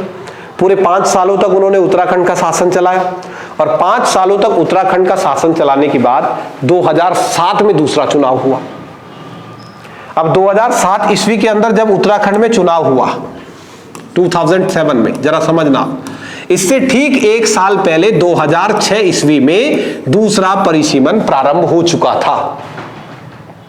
आप अगर देखो तो जब हम परिसीमन की बात कर रहे हैं कि भैया भारतवर्ष के अंदर परिसीमन जो है वो चौथा परिसीमन कुलदीप सिंह की अध्यक्षता में कब गठित हो गया था? 2002 में कानून बन गया, और 2004 ईस्वी में राष्ट्रीय परिसीमन आयोग का गठन हुआ। राष्ट्रीय परिसीमन आयोग ने 2004 से भारतवर्ष में परिसीमन करना स्टार्ट किया। उत्तराखंड राज्य के अंदर 2006 ईस्वी के अंदर, साल 2006 में, ये देखो उत्तराखंड में परिसीमन के सारे डाटा तैयार हो चुके थे, लेकिन इस परिसीमन को लागू नहीं किया जा रहा था। आप कई बार किताबों में पढ़ोगे तो ये एक डाउट क्वेश्चन आपके सामने हो सकता है कि आप बोलोगे कि उत्तराखंड का सेकंड परिसीमन बहुत सारी बुक में 2006 लिखा हुआ मिल जाए, क्योंकि साल 2006 में ही उत्तराखंड के अंदर परिसीमन की सारी प्रक्रियाएं पूरी हो चुकी थी, पर इसे लागू नहीं किया जा रहा था। तो सुप्रीम कोर्ट में जाकर के जब किसी ने याचिका दायर करी, तब सुप्रीम कोर्ट के आदेश के आधार पर 2008 में दूसरे परिसीमन को लागू किया गया। तो दूसरे परिसीमन के बारे में ये डाउट आप नहीं करना कि दूसरा परिसीमन उत्तराखंड में 2006 में हो चुका था, कौन कितनी सीटें कहां जाएंगी क्या जाएंगी सब क्लियर हो गया, लेकिन दूसरा परिसीमन लागू 2008 में हुआ है। तो पहले परिसीमन में हमारे पास जो 70 विधानसभा सीटें थी, उस दूसरे परिसीमन में क्या कुछ महत्वपूर्ण बातें हमारे पास आती है। उत्तराखंड राज्य के अंदर दूसरा परिसीमन क्यों हुआ? तो आप देखो जी, इसमें समझने वाली बात है कि दूसरा क्यों किया, अभी अभी तो करवाया था आपने, फिर दूसरा क्यों किया। अनुच्छेद 82 के अनुसार केंद्र सरकार प्रत्येक जनगणना के बाद, और आपने जब पहला परिसीमन करवाया 2001 में, उसी साल जनगणना भी हो गई, तो उसके तुरंत बाद यानी 2002 में परिसीमन आयोग का गठन करना था, तो आपने करवा दिया। वेरी गुड, करना था क्योंकि आपका तो राज्य बना था, है ना। हो सकता है कि इस बीच किसी राज्य ने 1995 में परिसीमन करवा दिया, तो उनको भी दोबारा करना पड़ेगा। अब ये किस्मत वाली बात है कि हमने अभी अभी तो परिसीमन करवाया था 2001 में, और उतने में भाई पूरे केंद्र सरकार ने कहा चलो परिसीमन आयोग का गठन करते, तो फिर पूरे भारतवर्ष के अंदर ही दूसरा परिसीमन स्टार्ट किया गया। दूसरा जो परिसीमन हुआ इसे लागू किया गया साल 2008 में, जबकि ये हो कब गया था, 2006 में, क्योंकि परिसीमन जनसंख्या के आधार पर होता है। और जो दूसरा परिसीमन भारतवर्ष में हुआ, इस परिसीमन में जनसंख्या का आधार वर्ष बदलना था, बहुत सालों से बदला भी नहीं था, बदल गया वो 2001 में, क्योंकि 1971 को फिक्स कर दिया था। 71 से लेके 2001 तक जितने परिसीमन हुए वो 71 की जनगणना पर ही हुए, तो अब तो जनसंख्या का आधार वर्ष बदलना था। और बदलते हुए जनसंख्याओं के साथ उत्तराखंड को इस बात का डर हमेशा से लगा रहा कि पर्वतीय सीटें घटेंगी, क्योंकि जैसे जैसे हम आगे बढ़ रहे हैं पहाड़ों की जनसंख्या कम हो रही है। इसलिए दूसरे परिसीमन में भी परिसीमन आयोग के सामने ये प्रश्न रखा गया कि जो उत्तराखंड है, इस उत्तराखंड के अंदर जो हमारी विधानसभा की सीटें हैं उसमें वो 10% के डेविएशन वाला फॉर्मूला आप यूज करो। जो पहाड़ों की विधानसभा सीटें हैं और जो मैदानों की विधानसभा सीटें हैं उनके लिए एक जैसा फॉर्मूला यूज ना किया जाए। तो दूसरे परिसीमन में यह डिसाइड किया गया कि जो हमारी पर्वतीय विधानसभा सीटें हैं इनमें थोड़ा सा छूट देकर हम लगभग 85,000 की जनसंख्या पर एक विधानसभा सीट बनाएंगे, और मैदानी क्षेत्रों में ये 1,21,000 की जनसंख्या पर एक विधानसभा सीट का निर्धारण किया जाएगा, क्योंकि अब तो जनसंख्या का आधार वर्ष जो है वो बदल चुका था। तो 71 में जनसंख्या 44 लाख के आसपास थी और अब जनसंख्या 84 लाख हो चुकी थी। तो 84 लाख की पॉपुलेशन पर अब की बार परिसीमन होना था। तो दूसरे परिसीमन में भी विधानसभा की सीटें कितनी रखी गई, 70 ही रखी गई, इसमें कोई बदलाव नहीं हुआ। आरक्षण थोड़ा सा बदला, 70 विधानसभा सीटों में से 13 सीटें अब की बार एससी के लिए और 2 सीटें जो है वो एसटी के लिए रिजर्व करी गई। एसटी के लिए रिजर्व होने वाली सीटों में चक्राता अभी भी एसटी के लिए रिजर्व ही बनी रही, और दूसरी विधानसभा सीट जो है जो एसटी के लिए रिजर्व हुई वो थी नानक मत्ता की विधानसभा सीट। तो हमारे राज्य में दूसरा परिसीमन साल 2008 में होता है। दूसरे परिसीमन में जनसंख्या का आधार वर्ष लिया गया 2001। दूसरे परिसीमन में पर्वतीय क्षेत्रों में 85,000 की जनसंख्या पर एक विधानसभा क्षेत्र का निर्धारण किया गया, और मैदानी क्षेत्रों में 1,21,000 की जनसंख्या पर एक विधानसभा सीट का निर्धारण किया गया। टोटल सीटें कितनी बनी, 70 विधानसभा सीटों में से 40 विधानसभा सीटें जो है पहले वाले में क्या था, 40 थी पर्वतीय, 30 विधानसभा सीटें थी मैदानी। अब दूसरे परिसीमन में जब दूसरा परिसीमन हुआ तो दूसरे परिसीमन में आगे ग्राफ बनाएंगे, लेकिन ओवरऑल क्या कर दिया कि उत्तराखंड की पर्वतीय विधानसभा सीटों में 40 पर्वतीय विधानसभा सीटों में से 6 सीटें समाप्त कर दी गई पूरे उत्तराखंड से, और जो 6 सीटें पर्वतीय विधानसभा सीटों से खत्म हुई वो 6 विधानसभा सीटें मैदानों में ऐड कर दी गई। तो पर्वतीय क्षेत्रों में विधानसभा सीटों की संख्या बच गई 34, और मैदानी क्षेत्रों में विधानसभा की सीटों की संख्या बच गई 36। बाई परसेंटेज आप देखोगे तो 48% सीटें पर्वतीय विधानसभा सीटों के पास है अभी भी, और 52% जो विधानसभा सीटें हैं वो मैदानी सीटों के पास है। तो लगभग 50-50 ही है, लगभग 50-50 ही है। जबकि जनसंख्या अगर आप देखोगे ना तो जनसंख्या का अनुपात 50-50 नहीं है। हरिद्वार, देहरादून, उधम सिंह नगर और नैनीताल की जनसंख्या यदि आपस में मिला दी जाए तो वो 60% के आसपास होती है। तो मैदानों की जनसंख्या लगभग 60% है, पहाड़ों की जनसंख्या लगभग 40% है। तो लगभग अगर आप ओवरऑल प्रतिनिधित्व देखोगे तो दूसरे परिसीमन में भी लगभग वही फॉर्मूला यूज किया गया कि विधानसभा की जो सीटें हैं उसमें 22% प्रतिनिधित्व जो है वो एज इट इज बना रहे, लेकिन एक समस्या तो होगी कि भाई पहाड़ों की 6 विधानसभा सीटें खत्म हुई। तो दूसरा परिसीमन जिसे 2008 में लागू किया गया, 2001 की जनगणना पर हुआ। पहाड़ों में 85,000 पर एक विधायक, मैदानों में 1,21,000 पर, बल्कि इससे ज्यादा। ये तो फार्मूला में आया था ना, 84 लाख डिवाइडेड बाई जब 70 किया तब 1,21,000 पर एक विधायक चुनना था। तो मैदानों में इसको 1,21,000 का 10% और, यानी लगभग 1,35,000 पर एक चुना गया। तो मैदानों में ज्यादा लोगों पर कम विधायक, एक विधायक, और पहाड़ों में कम लोगों पर एक विधायक चुना गया। ठीक है, तो 13 सीटें एससी के लिए रिजर्व, 2 सीटें एसटी के लिए रिजर्व, 6 पहाड़ों की सीट खत्म, 6 मैदानों की सीट ऐड हुई। तो पूरा क्या कुछ हुआ मैं इस स्लाइड में बना देता हूं कि दूसरे परिसीमन में कुल मिलाकर के हुआ क्या क्या। जब हमारे राज्य में 2008 ईस्वी के अंदर दूसरा परिसीमन हुआ, सेकंड परिसीमन जब उत्तराखंड में 2008 में करवाया गया, तो इस परिसीमन में सबसे पहले देखो गढ़वाल मंडल में क्या क्या चीजें हुई। गढ़वाल मंडल के अंदर चमोली जिला और पौड़ी जिला, ये 2 पहाड़ी जिले हैं जिनकी विधानसभा सीटों के साथ कुछ छेड़छाड़ हुई। चमोली जिले के अंदर एक विधानसभा सीट थी जिसका नाम था पिंडर। चमोली जिले के अंदर एक विधानसभा सीट थी जिसका नाम था नंदप्रयाग। तो चमोली जिले की पिंडर और नंदप्रयाग नाम की दोनों विधानसभा सीटों को मर्ज कर दिया, और मर्ज करने के बाद एक नई विधानसभा सीट वहां बन गई, थराली विधानसभा सीट। तो पिंडर और नंदप्रयाग 2 विधानसभा सीटें एक में मर्ज हो गई।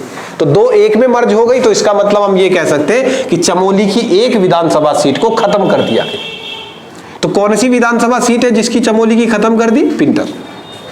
वास्तव में भाई जो लोग पिंडर विधानसभा सीट के अंतर्गत आते थे वो अब किसके अंदर आएंगे? थराली विधानसभा सीट के अंदर आएंगे। तो इस विधानसभा सीट को कर दिया खत्म, चमोली जिले की पिंडर विधानसभा सीट को खत्म कर दिया गया। पौड़ी जिले के अंदर धूमाकोट और दूसरी थलीसैंण, धूमाकोट और थलीसैंण ये दोनों की दोनों विधानसभा सीटें समाप्त कर दी गई, खत्म कर दी गई।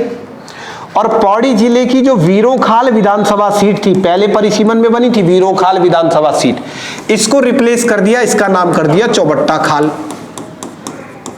तो रिप्लेसमेंट से हमें कोई दिक्कत नहीं है, नाम बदल रहा है, वीरोंखाल थी चौबट्टा खाल, नंबर तो सेम रहेगा। दिक्कत है कि जो सीटें डिलीट हुई। तो दूसरे परिसीमन में गढ़वाल मंडल के पर्वतीय क्षेत्र से कितनी विधानसभा सीटें जो है वो समाप्त हुई? तो फिर आपका आंसर होगा सर 3 विधानसभा सीटें समाप्त हुई। ये देखो, 1 पिंडर, 2 धूमाकोट, 3 थलीसैंण। ये वो 3 विधानसभा सीटें हैं जो पहले परिसीमन में पहाड़ से खत्म हुई। टोटल 6 करी ना खत्म, तो 3 गढ़वाल के पहाड़ से खत्म हुई। तो अगर 3 गढ़वाल के पहाड़ों से खत्म हुई है तो 3 गढ़वाल के ही मैदानों में ऐड होंगी। गढ़वाल के अंदर गढ़वाल मंडल के जिन मैदानी क्षेत्रों में विधानसभा सीटों को ऐड किया गया उसमें एक था देहरादून, एक था हरिद्वार। चमोली की एक पिंडर कटी तो उसकी जगह देहरादून में एक बढ़ गई। देहरादून में जिस विधानसभा सीट को बढ़ाया गया उसका नाम क्या है? तो उसका नाम है रायपुर। तो रायपुर विधानसभा सीट, ये देखो ये जो ऐड हो रही है ना, इनको आप याद रखना क्योंकि ये हमारी सबसे नई विधानसभा सीटें हैं उत्तराखंड में। जैसे अभी विधानसभा सीटों में कोई प्रश्न आए, इनमें से कौन सी सबसे नई विधानसभा सीट है? तो रायपुर है। क्यों? क्योंकि रायपुर विधानसभा सीट जो है ना वो आपके कब बनी? अच्छा, ये भी तो एक प्रश्न है, कब बनी? पहले तो इसको सुनो, मेन बात तो ये सुनो कि रायपुर विधानसभा सीट कब बनी। क्या आंसर लिखेंगे अब? 2008। जरा सुनो ध्यान से कि दूसरा परिसीमन 2008 में हुआ, लेकिन ये परिसीमन को उत्तराखंड में लागू कब किया गया? 2012 में। क्योंकि 2008 में तो चुनाव हो चुके थे, ऑलरेडी दूसरी निर्वाचित सरकार चल रही थी। तो दूसरे परिसीमन के आधार पर तीसरे चुनाव हुए 2012 वाले। तो 2012 से 2006 में परिसीमन हो गया, 2008 में उसे लागू कर दिया। तो क्या 2008 से उत्तराखंड में रायपुर एक विधानसभा सीट है? नो। कब से है? 2012 से, क्योंकि दूसरा परिसीमन लागू 2012 में हुआ है। तो रायपुर को विधानसभा सीट दूसरे परिसीमन के आधार पर कब बनाया गया? 2012 में। तो एक देहरादून में ऐड हुई, बाकी देहरादून में कुछ चीजें चेंज हो गई। जैसे देहरादून विधानसभा सीट का नाम क्या हो गया? दून कैंट हो गया। राज्य गठन से पहले जो देहरादून विधानसभा सीट थी उसका नाम बदल दिया, उसको दून कैंट कर दिया। नाम बदलने का मतलब सिर्फ नाम नहीं बदलना, उसका क्षेत्र भी बढ़ रहा है। तो बाकी एरिया को भी इसमें डाल दिया, उसका नाम कर दिया दून कैंट। दूसरी देहरादून में एक विधानसभा सीट थी जिसका नाम था लक्ष्मण चौक, और लक्ष्मण चौक जो है उसका नाम बदल करके कर दिया गया धर्मपुर। तो धर्मपुर एक और विधानसभा सीट। मतलब लक्ष्मण चौक विधानसभा सीट और बड़ी, और बढ़ा के उसका नाम चेंज कर दिया। तो इनसे में दिक्कत नहीं है, क्योंकि नंबर तो वही है, देहरादून तो उसकी जगह दून कैंट, लक्ष्मण चौक तो उसकी जगह धर्मपुर आ गया। इसके अलावा देहरादून के अंदर राजपुर विधानसभा सीट जो है उसका भी दायरा बढ़ा करके उसका नाम राजपुर रोड कर दिया। तो अब ऐसा आप आइडिया लगाओ कि राजपुर विधानसभा सीट पहले ऊपर तक थी और नीचे तक खींच दी, तो उसका नाम राजपुर रोड कर दिया गया। पर नई विधानसभा सीट देहरादून में एक ही हुई। हरिद्वार के अंदर 2 नई विधानसभा सीटें ऐड करी गई, BHEL और हरिद्वार ग्रामीण। हरिद्वार ग्रामीण, ये 2 नई विधानसभा सीटें हरिद्वार में ऐड करी गई, और हरिद्वार में भी दूसरे परिसीमन में बहुत ज्यादा कुछ चेंज देखने को मिला। जैसे जो बहादुराबाद है, तो बहादुराबाद की विधानसभा सीट किसमें मर्ज हो गई? ज्वालापुर में। बहादुराबाद वो ज्वालापुर में मर्ज कर दी गई। इसके अलावा आपके पास एक विधानसभा सीट थी हरिद्वार में, इकबालपुर, और ये कहां गई? इकबालपुर की विधानसभा सीट, इसको ज्वालापुर से हटा के किसमें डाला था? पिरान कलियर में, पिरान कलियर की विधानसभा सीट में। लाल ढांग जो है, लाल ढांग ये जुड़ गया इसमें हरिद्वार ग्रामीण में। और ध्यान रखना लंढौरा विधानसभा सीट, इसको जो है खानपुर विधानसभा सीट में मर्ज कर दिया। तो मर्ज वालों से दिक्कत नहीं है हमें दिक्कत है कि भैया जब हमारे राज्य में दूसरा परिसीमन हुआ 2008 में, 2008 कहीं आंसर मत लिखना, वो तो लागू हुआ है 2008 में। ये नई सीटें कब बनी? आपको प्रश्न आया कि पिंडर विधानसभा सीट जो है वो कब खत्म हुई, आपने लिखा 2008। गलत बात है, क्योंकि 2007 में तो पिंडर से कोई विधायक चुन के आ रखा होगा, वो 12 तक तो रहेगा, 12 में अब आप चेंज करेंगे, है ना। तो 2012 से क्योंकि ये लागू हुआ, तो दूसरे परिसीमन में पिंडर डिलीट हो गई, धूमाकोट और थलीसैंण ये दोनों डिलीट हो गई, और देहरादून में नई सीटें ऐड हुई, रायपुर और हरिद्वार में कितनी विधानसभा सीटें ऐड हुई? तो कुल मिला के आप गढ़वाल को देखोगे तो गढ़वाल मंडल में क्या हुआ कि गढ़वाल मंडल में दूसरे परिसीमन में पहाड़ों की 3 सीट काट दी, मैदानों में 3 सीट बढ़ा दी। अब कुमाऊं रीजन के अंदर क्या किया? तो कुमाऊं क्षेत्र में दूसरे परिसीमन ने क्या कुछ बदलाव लेकर के आया। कुमाऊं जिले, कुमाऊं मंडल के अंदर पिथौरागढ़, बागेश्वर और अल्मोड़ा की एक विधानसभा सीटों को खत्म किया गया। पिथौरागढ़ की जो विधानसभा सीट समाप्त हुई उसका नाम था कनाली छीना। बागेश्वर की जिस विधानसभा सीट को खत्म किया गया उसका नाम था कांडा, और अल्मोड़ा की जो सीट समाप्त हुई वो थी भिकियासैंण। तो कुमाऊं से भी 3 विधानसभा सीटें पहाड़ों से काट दी गई। तो कुमाऊं से कट रही है पहाड़ों से, तो कुमाऊं के ही मैदानों में 3 विधानसभा सीटें बढ़ानी पड़ेगी। सबसे पहले नैनीताल जिले में एक विधानसभा सीट बढ़ाई गई जिसको बाद में नाम दिया गया लाल कुआं। तो एक तो भैया नैनीताल में एक विधानसभा सीट आपने ये ऐड कर दी। दूसरा उधम सिंह नगर में विधानसभा सीट थी रुद्रपुर किच्छा, ये थी पहले परिसीमन की विधानसभा सीट, इसको अलग अलग कर दिया, रुद्रपुर अलग हो गया, किच्छा एक नई सीट बन गई। ये देखो पहले ये दोनों एक ही सीट थी, तो ये नई बन गई किच्छा। तो किच्छा विधानसभा सीट भी कब अस्तित्व में आती है? 2012 में। दूसरा परिसीमन पर आंसर क्या लिखेंगे? 2012।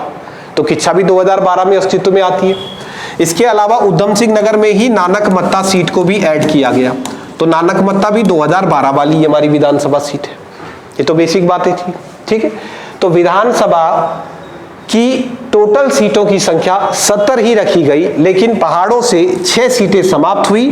तो पहाड़ों में अब हमारे पास उत्तराखंड के अंदर विधानसभा की कितनी सीटें हैं जो पर्वतीय है? तो आज हमारे पास विधानसभा की 34 सीटें हैं जो पर्वतीय है, और मैदानी सीटों की संख्या 36। तो ये तो विधानसभा का खेल हो गया। अब इसी दूसरे परिसीमन में दूसरा काम क्या किया गया? तो दूसरा काम जो हमारी लोकसभा की सीटें हैं इनके परिसीमन में कुछ बदलाव आएगा। पहले परिसीमन से ही उत्तराखंड में लोकसभा की टोटल सीटें कितनी डिसाइडेड है? 5। हमारे राज्य में लोकसभा की कितनी सीटें थी? 5 सीटें। तो सबसे पहले ये लोकसभा सीटों के बारे में कुछ टॉपिक आप बनाओ। द्वितीय परिसीमन में लोकसभा सीटों के साथ क्या बदलाव हुआ? ठीक है, हमारे राज्य के अंदर जब दूसरा परिसीमन हुआ तो लोकसभा सीटों में क्या बदलाव होता है, या फिर आज के डेट में भी ये करंट का भी आपका मामला है कि हमारे राज्य के अंदर जो लोकसभा की सीटें हैं वो कैसे कैसे कैसे कहां फैली हुई है। तो अब आप देखो हमारे राज्य के अंदर जो लोकसभा की सीटें हैं इन लोकसभा की सीटों को बनाने से पहले मैं यहाँ लिख देता हूं कि दूसरे परिसीमन के बाद कहां पर कितनी विधानसभा सीटें अब इफेक्टिव है। तो अब अगर हम 2008 के दूसरे परिसीमन के बाद यानी वर्तमान की बात करें तो आज उत्तरकाशी में कितनी विधानसभा सीटें हैं? 3। टिहरी जिले में विधानसभा सीटें हैं 6। देहरादून में जब पहला परिसीमन हुआ था तो 9 थी, आज 1 सीट बढ़ गई है तो हो गई है 10। सबसे ज्यादा विधानसभा सीटें अब हरिद्वार में हैं 11। इसके अलावा जो हमारा रुद्रप्रयाग है वहां 2 ही विधानसभा सीटें हैं, वो एक बद्रीनाथ मिल गई थी वहां। चमोली जिले में पहले 4 थी पर पिंडर खत्म होने के बाद वहां 3 ही विधानसभा सीटें बची हुई है। पौड़ी जिले में किसी जमाने 8 विधानसभा सीटें थी पर 2 घटने के बाद वहां विधानसभा सीटें 6 बची हुई है। नैनीताल में भी अब 6 ही विधानसभा सीटें हैं, अल्मोड़ा में भी 6 ही विधानसभा सीटें हैं। बागेश्वर में पहले 3 थी पर कांडा के हटने के बाद 2 रही हुई है। पिथौरागढ़ में आज हमारे पास 4 विधानसभा सीटें हैं, 2 चंपावत में है और 9 विधानसभा सीटें जो है वो उधम सिंह नगर में है। तो अगर हम इस ग्राफ को देखें तो उत्तराखंड में सबसे ज्यादा विधानसभा सीटें जो है वो हरिद्वार के पास है। और पहाड़ी जिलों की बात करें अगर तो पहाड़ी जिलों में 6-6-6 वाला फॉर्मूला खूब चल रहा है। तो अब इन्हीं विधानसभा सीटों में हमें उत्तराखंड राज्य के अंदर लोकसभा सीटों का निर्धारण करना था। तो दूसरे परिसीमन में हमारे राज्य के अंदर लोकसभा की सीटें निर्धारित हुई। कितनी है हमारी लोकसभा सीटें? 5। उत्तराखंड में टोटल लोकसभा सीटें कितनी है? 5। देखो पहली जो लोकसभा सीट है इस लोकसभा सीट का नाम टिहरी लोकसभा सीट है। हमारी पहली लोकसभा सीट उसका नाम है टिहरी। दूसरी लोकसभा सीट का नाम मैं यहां लिख देता हूं गढ़वाल लोकसभा सीट, ये हमारी दूसरी लोकसभा सीट हो गई। तीसरी हमारी जो लोकसभा सीट है गढ़वाल वाली पहले निपटा दो, उसका नाम है हरिद्वार लोकसभा सीट, हरिद्वार। चौथी जो लोकसभा सीट है हमारे राज्य के अंदर उसका नाम है अल्मोड़ा लोकसभा सीट। और 5वीं जो लोकसभा सीट हमारे राज्य के अंदर है उसका नाम है नैनीताल उधम सिंह नगर। ये पॉइंट थोड़ा याद रखना, पहले इस लोकसभा सीट का नाम था नैनीताल लोकसभा सीट, 2009 से इसका नाम हो गया नैनीताल उधम सिंह नगर लोकसभा सीट। पहले इसका नाम सिर्फ नैनीताल लोकसभा सीट था और इसका नाम 2009 में क्या कर दिया? नैनीताल उधम सिंह नगर लोकसभा सीट कर दिया। पहले सिर्फ नैनीताल सीट थी। ठीक है, चलो नैनीताल उधम सिंह नगर लोकसभा सीट उसका नाम कर दिया गया। अब ये बन गई जी 5 लोकसभा सीटें। अब इन 5 लोकसभा सीटों में उत्तराखंड में विधानसभा की सीटें कितनी है? 70 है। तो ये 70 विधानसभा सीटें इन 5 लोकसभा सीटों में अगर हम डालेंगे तो 70 विधानसभा सीटों को 5 लोकसभा सीटों के अंतर्गत डालेंगे तो एक लोकसभा सीट में कितनी विधानसभा सीट आएगी? 14, क्योंकि 14 पंजे 70। तो 14 विधानसभा सीटें टिहरी लोकसभा में आती है, 14 विधानसभा सीटें गढ़वाल लोकसभा सीट में आती है, ऐसे ही 14 हरिद्वार लोकसभा में, 14 अल्मोड़ा लोकसभा में और 14 नैनीताल। तो सबको जोड़ेंगे तो सारी विधानसभा सीटें फिट होगी। और ये मजे की बात है कि उत्तराखंड में 70 ही विधानसभा सीटें। जैसे ऐसा होता ना कि 74 होती, 72 होती तो फार्मूला हमारे पास थोड़ा इंटरेस्टिंग बनता कि किसी लोकसभा में ज्यादा विधानसभा सीटें आती, किसी में कम। 70 है, सब में बराबर बराबर विधानसभा सीट बांटो तो हर किसी के हिस्से कितनी आएगी? 14 आएगी। तो ये 14 कैसे बटी हुई है ये देखो आप। सबसे पहले पहली लोकसभा सीट बनाते हैं टिहरी लोकसभा सीट। तो देखो टिहरी लोकसभा सीट यहां से शुरू होती है, पूरा का पूरा उत्तरकाशी जो है वो टिहरी लोकसभा सीट में ही आता है। फिर यहां से आप नीचे चले तो अब देखो कौन से जिले में पहुंचे हम? टिहरी। तो ये मजेदार बात है कि टिहरी जिले में 6 विधानसभा सीटें हैं, लेकिन टिहरी की बस 4 ही विधानसभा सीट टिहरी लोकसभा सीट में आती है। 2 छोड़ दी मैंने, ये देखो 1 और 2। टिहरी जिले में 2 विधानसभा सीटें ऐसी है जो टिहरी जिले की है पर वो टिहरी लोकसभा सीट में नहीं आती है। मतलब उनका सांसद वो नहीं होगा जो टिहरी का सांसद हो, वो कहीं और डालेंगे। तो देखो उत्तरकाशी की तो पूरी 3 विधानसभा सीट आ गई, टिहरी की कितनी आई? सिर्फ 4। और एक लोकसभा में हमें सीट कितनी डालनी है? 14। जैसे ही 14 सीट होगी एक लोकसभा सीट बन जाएगी। तो आपने देखो 3 और 4, 4 और 3 हो गई 7। आगे बढ़े, देहरादून में 10 थी तो 10 में से 7 ले लीजिए, देहरादून की ले ली 7। अब देखो 7 हो गई देहरादून की, 4 हो गई टिहरी की, 7 और 4 11, 12 13 14, कितनी हो गई? 14। तो ये पहली लोकसभा सीट है हमारी। इस लोकसभा सीट का नाम है टिहरी लोकसभा सीट। इसका मतलब देहरादून जिले की 7 विधानसभा सीट वाले लोगों का और टिहरी की 4 विधानसभा सीट के लोगों का और आपका जो उत्तरकाशी है उसकी पूरे के पूरे उत्तरकाशी के लोगों का एक सांसद होता है। इतने लोग एक सांसद चुन के भेजते हैं। ठीक है, तो मैं बस यही पॉइंट लिख रहा हूं, यही जो हमने लिखा बस उसी को कर रहे हैं। अभी देखो पहला प्रश्न इस मैप को देख के आप बताओ कि हमारे राज्य की जो पहली लोकसभा सीट है, टिहरी लोकसभा सीट, इसका विस्तार कितने जिलों में है? 1, 2, 3। ये कितने जिलों में फैली हुई है? 3 जिलों में फैली हुई है। तो टिहरी लोकसभा सीट जो है वो उत्तरकाशी और टिहरी और देहरादून, इन 3 जिलों के अंदर फैली हुई है। उत्तरकाशी की इसमें कितनी विधानसभा सीटें? 3। टिहरी की कितनी है? 4। और देहरादून की कितनी है? 7।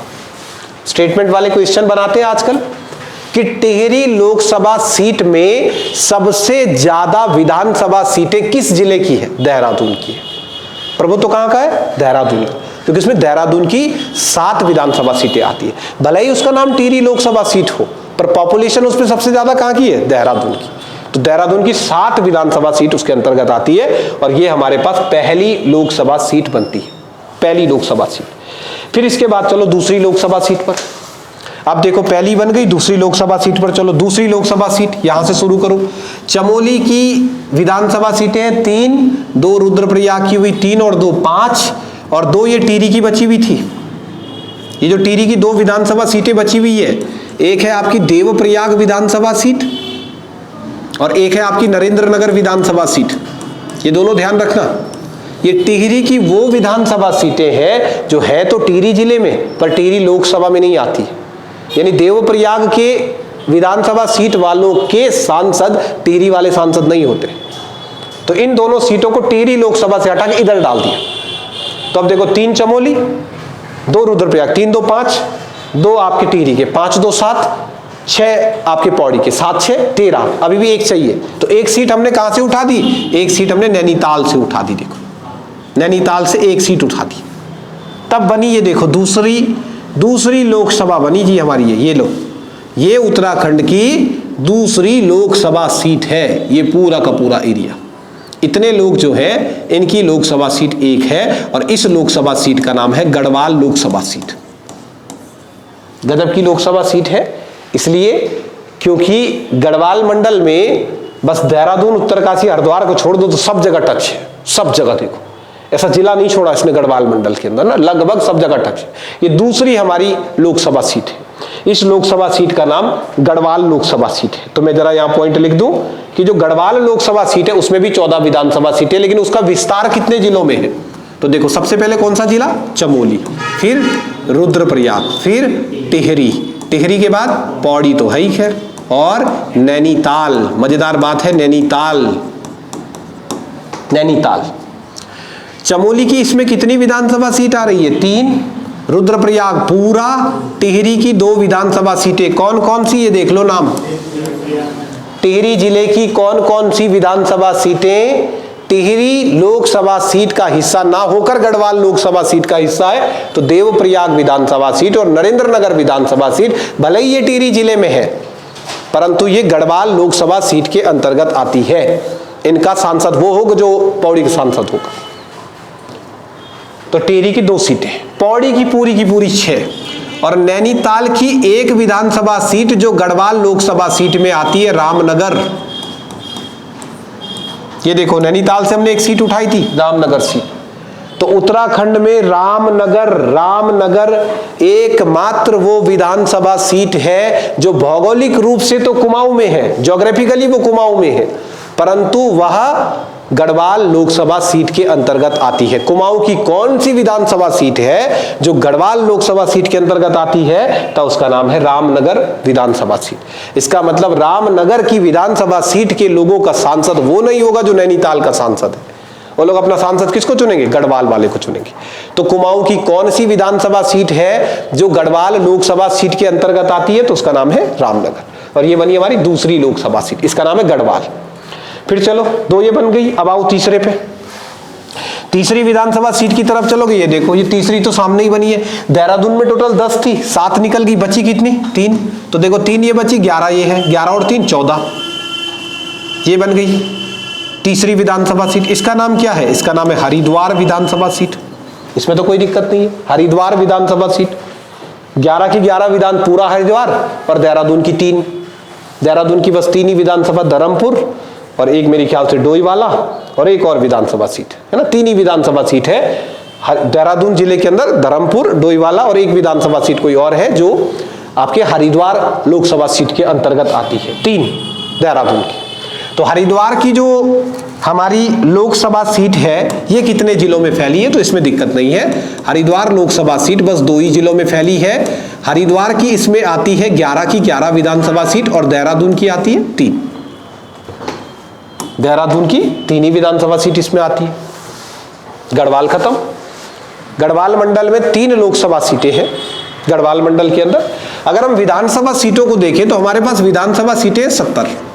उत्तराखंड में कितनी विधानसभा सीट है? सर उत्तराखंड में तो 70 विधानसभा सीट है। चलो ठीक है, अगर उत्तराखंड में 70 विधानसभा सीट है तो एक बार फटाफट काउंटिंग लगाओ। टिहरी लोकसभा सीट में आई 14, गढ़वाल लोकसभा सीट में आई नहीं, टिहरी में 14, हरिद्वार में 14, 14 14 28 और गढ़वाल में आई 14। तो 14 14 28 14 42, एक कुमाऊं की बच गई, हटाओ उसको, रामनगर। तो गढ़वाल मंडल में कितनी विधानसभा सीटें हैं? 41 है। 70 विधानसभा सीटों में गढ़वाल मंडल में कितनी विधानसभा सीट आती है? 41 आती है। और कुमाऊं में कितनी आती है? तो जो बच गई 29। अब अगर आप 14 14 सीटों पर एक लोकसभा सीट बनाओगे तो 14 14 दूनी 28 पर 14 तियां 42 होने के लिए आपको एक चाहिए, तो एक आपने ले ली रामनगर की। तो रामनगर विधानसभा सीट उत्तराखंड की वो विधानसभा सीट है जो भौगोलिक रूप से तो कुमाऊं में है परंतु आती कहां है? गढ़वाल में आती है। चलो अब अगला बनाते। अब तो दिक्कत है नहीं। देखो 4 पिथौरागढ़, 2 ये हो गई, बागेश्वर 4 2 6 और 6 ये है अल्मोड़ा 12 और 2 है चंपावत 14। 14 ही चाहिए थी, 14 बना दी। ये लो, ये बन गई अगली विधानसभा सीट। अगली लोकसभा सीट कुमाऊं की सबसे बड़ी लोकसभा सीट यही है क्षेत्रफल के हिसाब से, अल्मोड़ा लोकसभा सीट इसका नाम है। अल्मोड़ा लोकसभा सीट, ये देखो 4 2 6 6 6 12 12 और 2 14। तो चलो अगले पे चलो। अल्मोड़ा लोकसभा सीट किन किन जिलों में फैली है? सर पिथौरागढ़ में है, इसके अलावा बागेश्वर में है, इसके अलावा चंपावत में और इसके अलावा अल्मोड़ा में।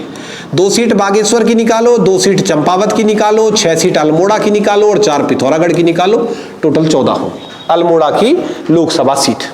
हमारे राज्य के अंदर जो लोकसभा सीटें हमारे राज्य में बनी हुई है, इन लोकसभा सीटों में अल्मोड़ा की लोकसभा सीट ये बन गई। बस जी, नीचे कौन सी बची? लास्ट बची है 9 तो उधम सिंह नगर में थी। अब देखो नैनीताल में 6 तो बची नहीं, एक तो गई रामनगर, तो कितनी बची? 5। तो 9 और 5 14, ये बन गई लास्ट हमारी लोकसभा सीट। इसका नाम है नैनीताल उधम सिंह नगर। इसमें नैनीताल की आती है 5 विधानसभा सीटें और उधम सिंह नगर की आती है 9 विधानसभा सीटें। सिंपल। बस अब थ्योरी पार्ट बचा हुआ है, तो बस थ्योरी का 2-4 काम कर लो। ये है जी उत्तराखंड राज्य के अंदर टोटल मिलाकर के 5 लोकसभा सीटें, दूसरे परिसीमन के बाद ये लोकसभा सीटें बनाई गई है। क्या कुछ परिवर्तन हुआ दूसरे परिसीमन? दूसरे परिसीमन का पहला परिवर्तन यह है कि दूसरे परिसीमन में ही अल्मोड़ा लोकसभा सीट को अनुसूचित जाति के लिए आरक्षित किया गया। इसका मतलब 2008 से पहले अल्मोड़ा लोकसभा सीट जो है वो आरक्षित नहीं थी एससी के लिए। तो अल्मोड़ा की लोकसभा सीट को अनुसूचित जाति के लिए कब आरक्षित किया गया? 2008 में। मतलब दूसरे परिसीमन में। लागू कब होगा? तो नहीं 12 में नहीं, क्योंकि 2004 में चुनाव हुआ था ना लोकसभा का। ये तो लोकसभा की सीट है, तो लोकसभा का चुनाव कब हुआ? 2004। और 2004 के अगला कब होगा? 9। तो जब लोकसभा वालों का आप आंसर देंगे तो आप 2009 लिखेंगे, समझ रहे? क्योंकि हुआ तो ये परिसीमन 2008 में है, परंतु ये अब लोकसभा की बात आ गई, अब विधानसभा की नहीं। विधानसभा होता तो 2012 लिखते। तो ये कब से लागू होगा? तो ये 2009 वाले चुनाव से, मनमोहन सिंह सरकार से। तो दूसरे परिसीमन में अल्मोड़ा सीट को आरक्षित कर दिया, पर पहली बार अल्मोड़ा सीट पर एससी कैंडिडेट रिजर्व इलेक्शन हुए कब? तो 2009 में। इसीलिए मैंने पहले कहा था कि नैनीताल उधम सिंह नगर का नाम कब हुआ? 2009 में, क्योंकि दूसरे परिसीमन में ये व्यवस्था हुई तो नाम उसका 2009 से पड़ गया। ठीक है, तो चलो एससी के लिए आरक्षित हो गई। तो ये हमारे राज्य की टोटल मिलाकर के 5 लोकसभा सीटें। अब आप देखो ये 5 लोकसभा की जो सीटें हमने बनाई है, इसमें 2-3 प्रश्न है जो एक झटके में आंसर आपको समझ आ जाएगा। बताओ अगर क्षेत्रफल के हिसाब से सबसे बड़ी लोकसभा सीट देखी जाए तो आपको दिख रहा है सबसे बड़ी लोकसभा सीट कौन सी? एरिया में सबसे बड़ी, जो सबसे ज्यादा जिलों में फैली हुई, आप देख लो 5 जिलों में, 1 2 3 4 5। तो क्षेत्रफल में सबसे बड़ी लोकसभा सीट है गढ़वाल, क्षेत्रफल में सबसे छोटी हरिद्वार, ये देखो इतनी सी है। तो प्रश्न आता भी लिखा भी होता है, आप किताब में पढ़ते हैं कि क्षेत्रफल में सबसे छोटी पर मतदाताओं में सबसे बड़ी, क्योंकि हरिद्वार की पॉपुलेशन और +3 देहरादून विधानसभा सीट है, तो है तो छोटी सी पर पॉपुलेशन सबसे ज्यादा कहां है? ये। तो हरिद्वार की जो लोकसभा सीट है वो क्या है, क्षेत्रफल में तो सबसे छोटी है, क्षेत्रफल में सबसे छोटी, पर वोटर्स जो है, मतदाता जो है वो सबसे ज्यादा यही है, जनसंख्या सबसे ज्यादा यही है। तो कौन सी उत्तराखंड की विधानसभा सीट है जो क्षेत्रफल में सबसे छोटी, मतदाता में सबसे बड़ी? जी हरिद्वार लोकसभा सीट। इसका जस्ट ऑपोजिट करो, क्षेत्रफल में भयंकर बड़ी, सबसे बड़ी क्षेत्रफल में, पर मतदाता नगण्य, इसकी तुलना में लगभग ना, तो कौन सा हो जाएगा, गढ़वाल की लोकसभा सीट। तो ये हमारे राज्य के अंदर टोटल 5 लोकसभा सीटें हैं। आज मैं कुछ बेसिक डाटा इस पर लिख देता हूं, फिर कल इन लोकसभा सीटों से जो लोग चुन के गए हैं उन्होंने क्या किया है, केंद्र में जो लोग चुन के गए, क्योंकि इन लोकसभा सीटों से जो लोग चुने जाते हैं वो सांसद होते हैं, उनमें से कुछ लोग मंत्री भी बनते हैं। तो कुछ बेसिक बातें मैं लिख देता हूं। देखो, टिहरी लोकसभा सीट बनी कब थी, 1952 में। गढ़वाल लोकसभा सीट बनी कब थी, 1952 में। अल्मोड़ा लोकसभा सीट बनी कब थी, 1952 में। नैनीताल लोकसभा सीट बनी कब थी, 1952 में। नैनीताल उधम सिंह नगर उसका नाम चेंज हुआ, पर बनी कब थी, 1952 में। लेकिन हरिद्वार लोकसभा सीट बनी 1977 में, 1977 में। तो ये सबसे नई लोकसभा सीट है हमारी। हरिद्वार लोकसभा सीट का गठन 1977 में हुआ। हरिद्वार लोकसभा सीट 1977 में बनी। पहले जहां आज हरिद्वार लोकसभा सीट है, पहले वहां थी देहरादून लोकसभा सीट। पहले हमारे राज्य में हरिद्वार लोकसभा सीट की जगह कौन सी लोकसभा सीट थी, देहरादून लोकसभा सीट। देहरादून लोकसभा सीट 1952 में बनी थी, और जैसे ही देहरादून गढ़वाल मंडल में आया 1975 में, तो देहरादून लोकसभा सीट को भी भंग कर दिया गया। 1975 में देहरादून जैसे ही गढ़वाल मंडल में आया, दून लोकसभा सीट को भंग कर दिया गया। महावीर त्यागी जो है वहां के पहले सांसद है, देहरादून लोकसभा सीट से पहले सांसद महावीर त्यागी। तो जहां आज हरिद्वार लोकसभा सीट है, पहले वहां क्या था, देहरादून लोकसभा सीट। तो आपको प्रश्न है कि देहरादून लोकसभा सीट को कब भंग किया गया, 1975 में। बनी कब थी, 1952 में। चलो अब बेसिक कुछ डाटा प्रश्न आते हैं जहां से परीक्षा में, वो 1-2 क्वेश्चन आप इसके ऊपर डाल दो। देखो, टिहरी लोकसभा सीट से प्रथम सांसद थी कौन, कमलेंदुमती शाह। राजमाता कमलेंदुमती शाह टिहरी लोकसभा सीट से प्रथम सांसद थी। वर्तमान सांसद इन्हीं की बहू है माला राजलक्ष्मी शाह। माला राजलक्ष्मी शाह वर्तमान सांसद है यहां से। कमलेंदुमती शाह पहली महिला भी है हमारे राज्य की लोकसभा सांसद। माला राजलक्ष्मी शाह राज्य गठन के बाद पहली महिला सांसद है, राज्य गठन के बाद ये पहली महिला है। कल के लेक्चर में मैं इसको डिटेल में करवा दूंगा, महिला वाला पार्ट। गढ़वाल लोकसभा सीट से पहले सांसद थे भक्त दर्शन, अभी के सांसद है तीरथ सिंह रावत। ये लो जी। हरिद्वार की लोकसभा सीट से पहले सांसद थे भगवान दास राठौड़, और अभी वहां से सांसद कौन है, रमेश पोखरियाल निशंक जी। देहरादून लोकसभा सीट से महावीर त्यागी पहले सांसद है, तो लोकसभा सीट भंग हो गई तो उसको छोड़ दो। अल्मोड़ा की जो लोकसभा सीट है, अल्मोड़ा लोकसभा सीट से पहले सांसद जो चुने गए उनका नाम डीडी पंत था। वो डीडी पंत नहीं, यूकेडी के अध्यक्ष वाले डीडी पंत पहले सांसद थे। अब वो आरक्षित सीट है, वहां से वर्तमान में सांसद अजय टम्टा है। इंटरेस्टिंग किस्सा नैनीताल लोकसभा सीट का है। नैनीताल लोकसभा सीट से पहले सांसद जो हैं वो चुने गए, सुनो पहले ध्यान से, सीडी पांडे थे वहां के पहले सांसद। पहले सांसद कब चुने गए होंगे, 1952 में, लेकिन सीडी पांडे की डेथ हो गई। तो सीडी पांडे की डेथ होने की वजह से पहली ही लोकसभा में नैनीताल में उपचुनाव आयोजित करवाए गए, और उपचुनाव में 1955 में बद्रीदत्त पांडे वहां से चयनित हुए।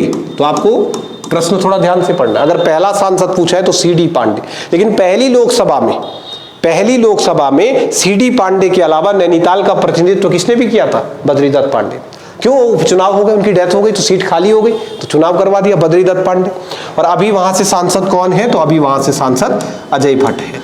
इनकी थोड़ा सा डिटेल हमें थोड़ा पढ़नी पड़ेगी। हर लोकसभा सीट का अपना इतिहास है ना, हर लोकसभा सीट का अपना इतिहास। यहाँ से मानवेंद्र शाह राजा है अगर, तो इस सीट से भक्त दर्शन का नाम कुछ वजह से चर्चाओं में है ना।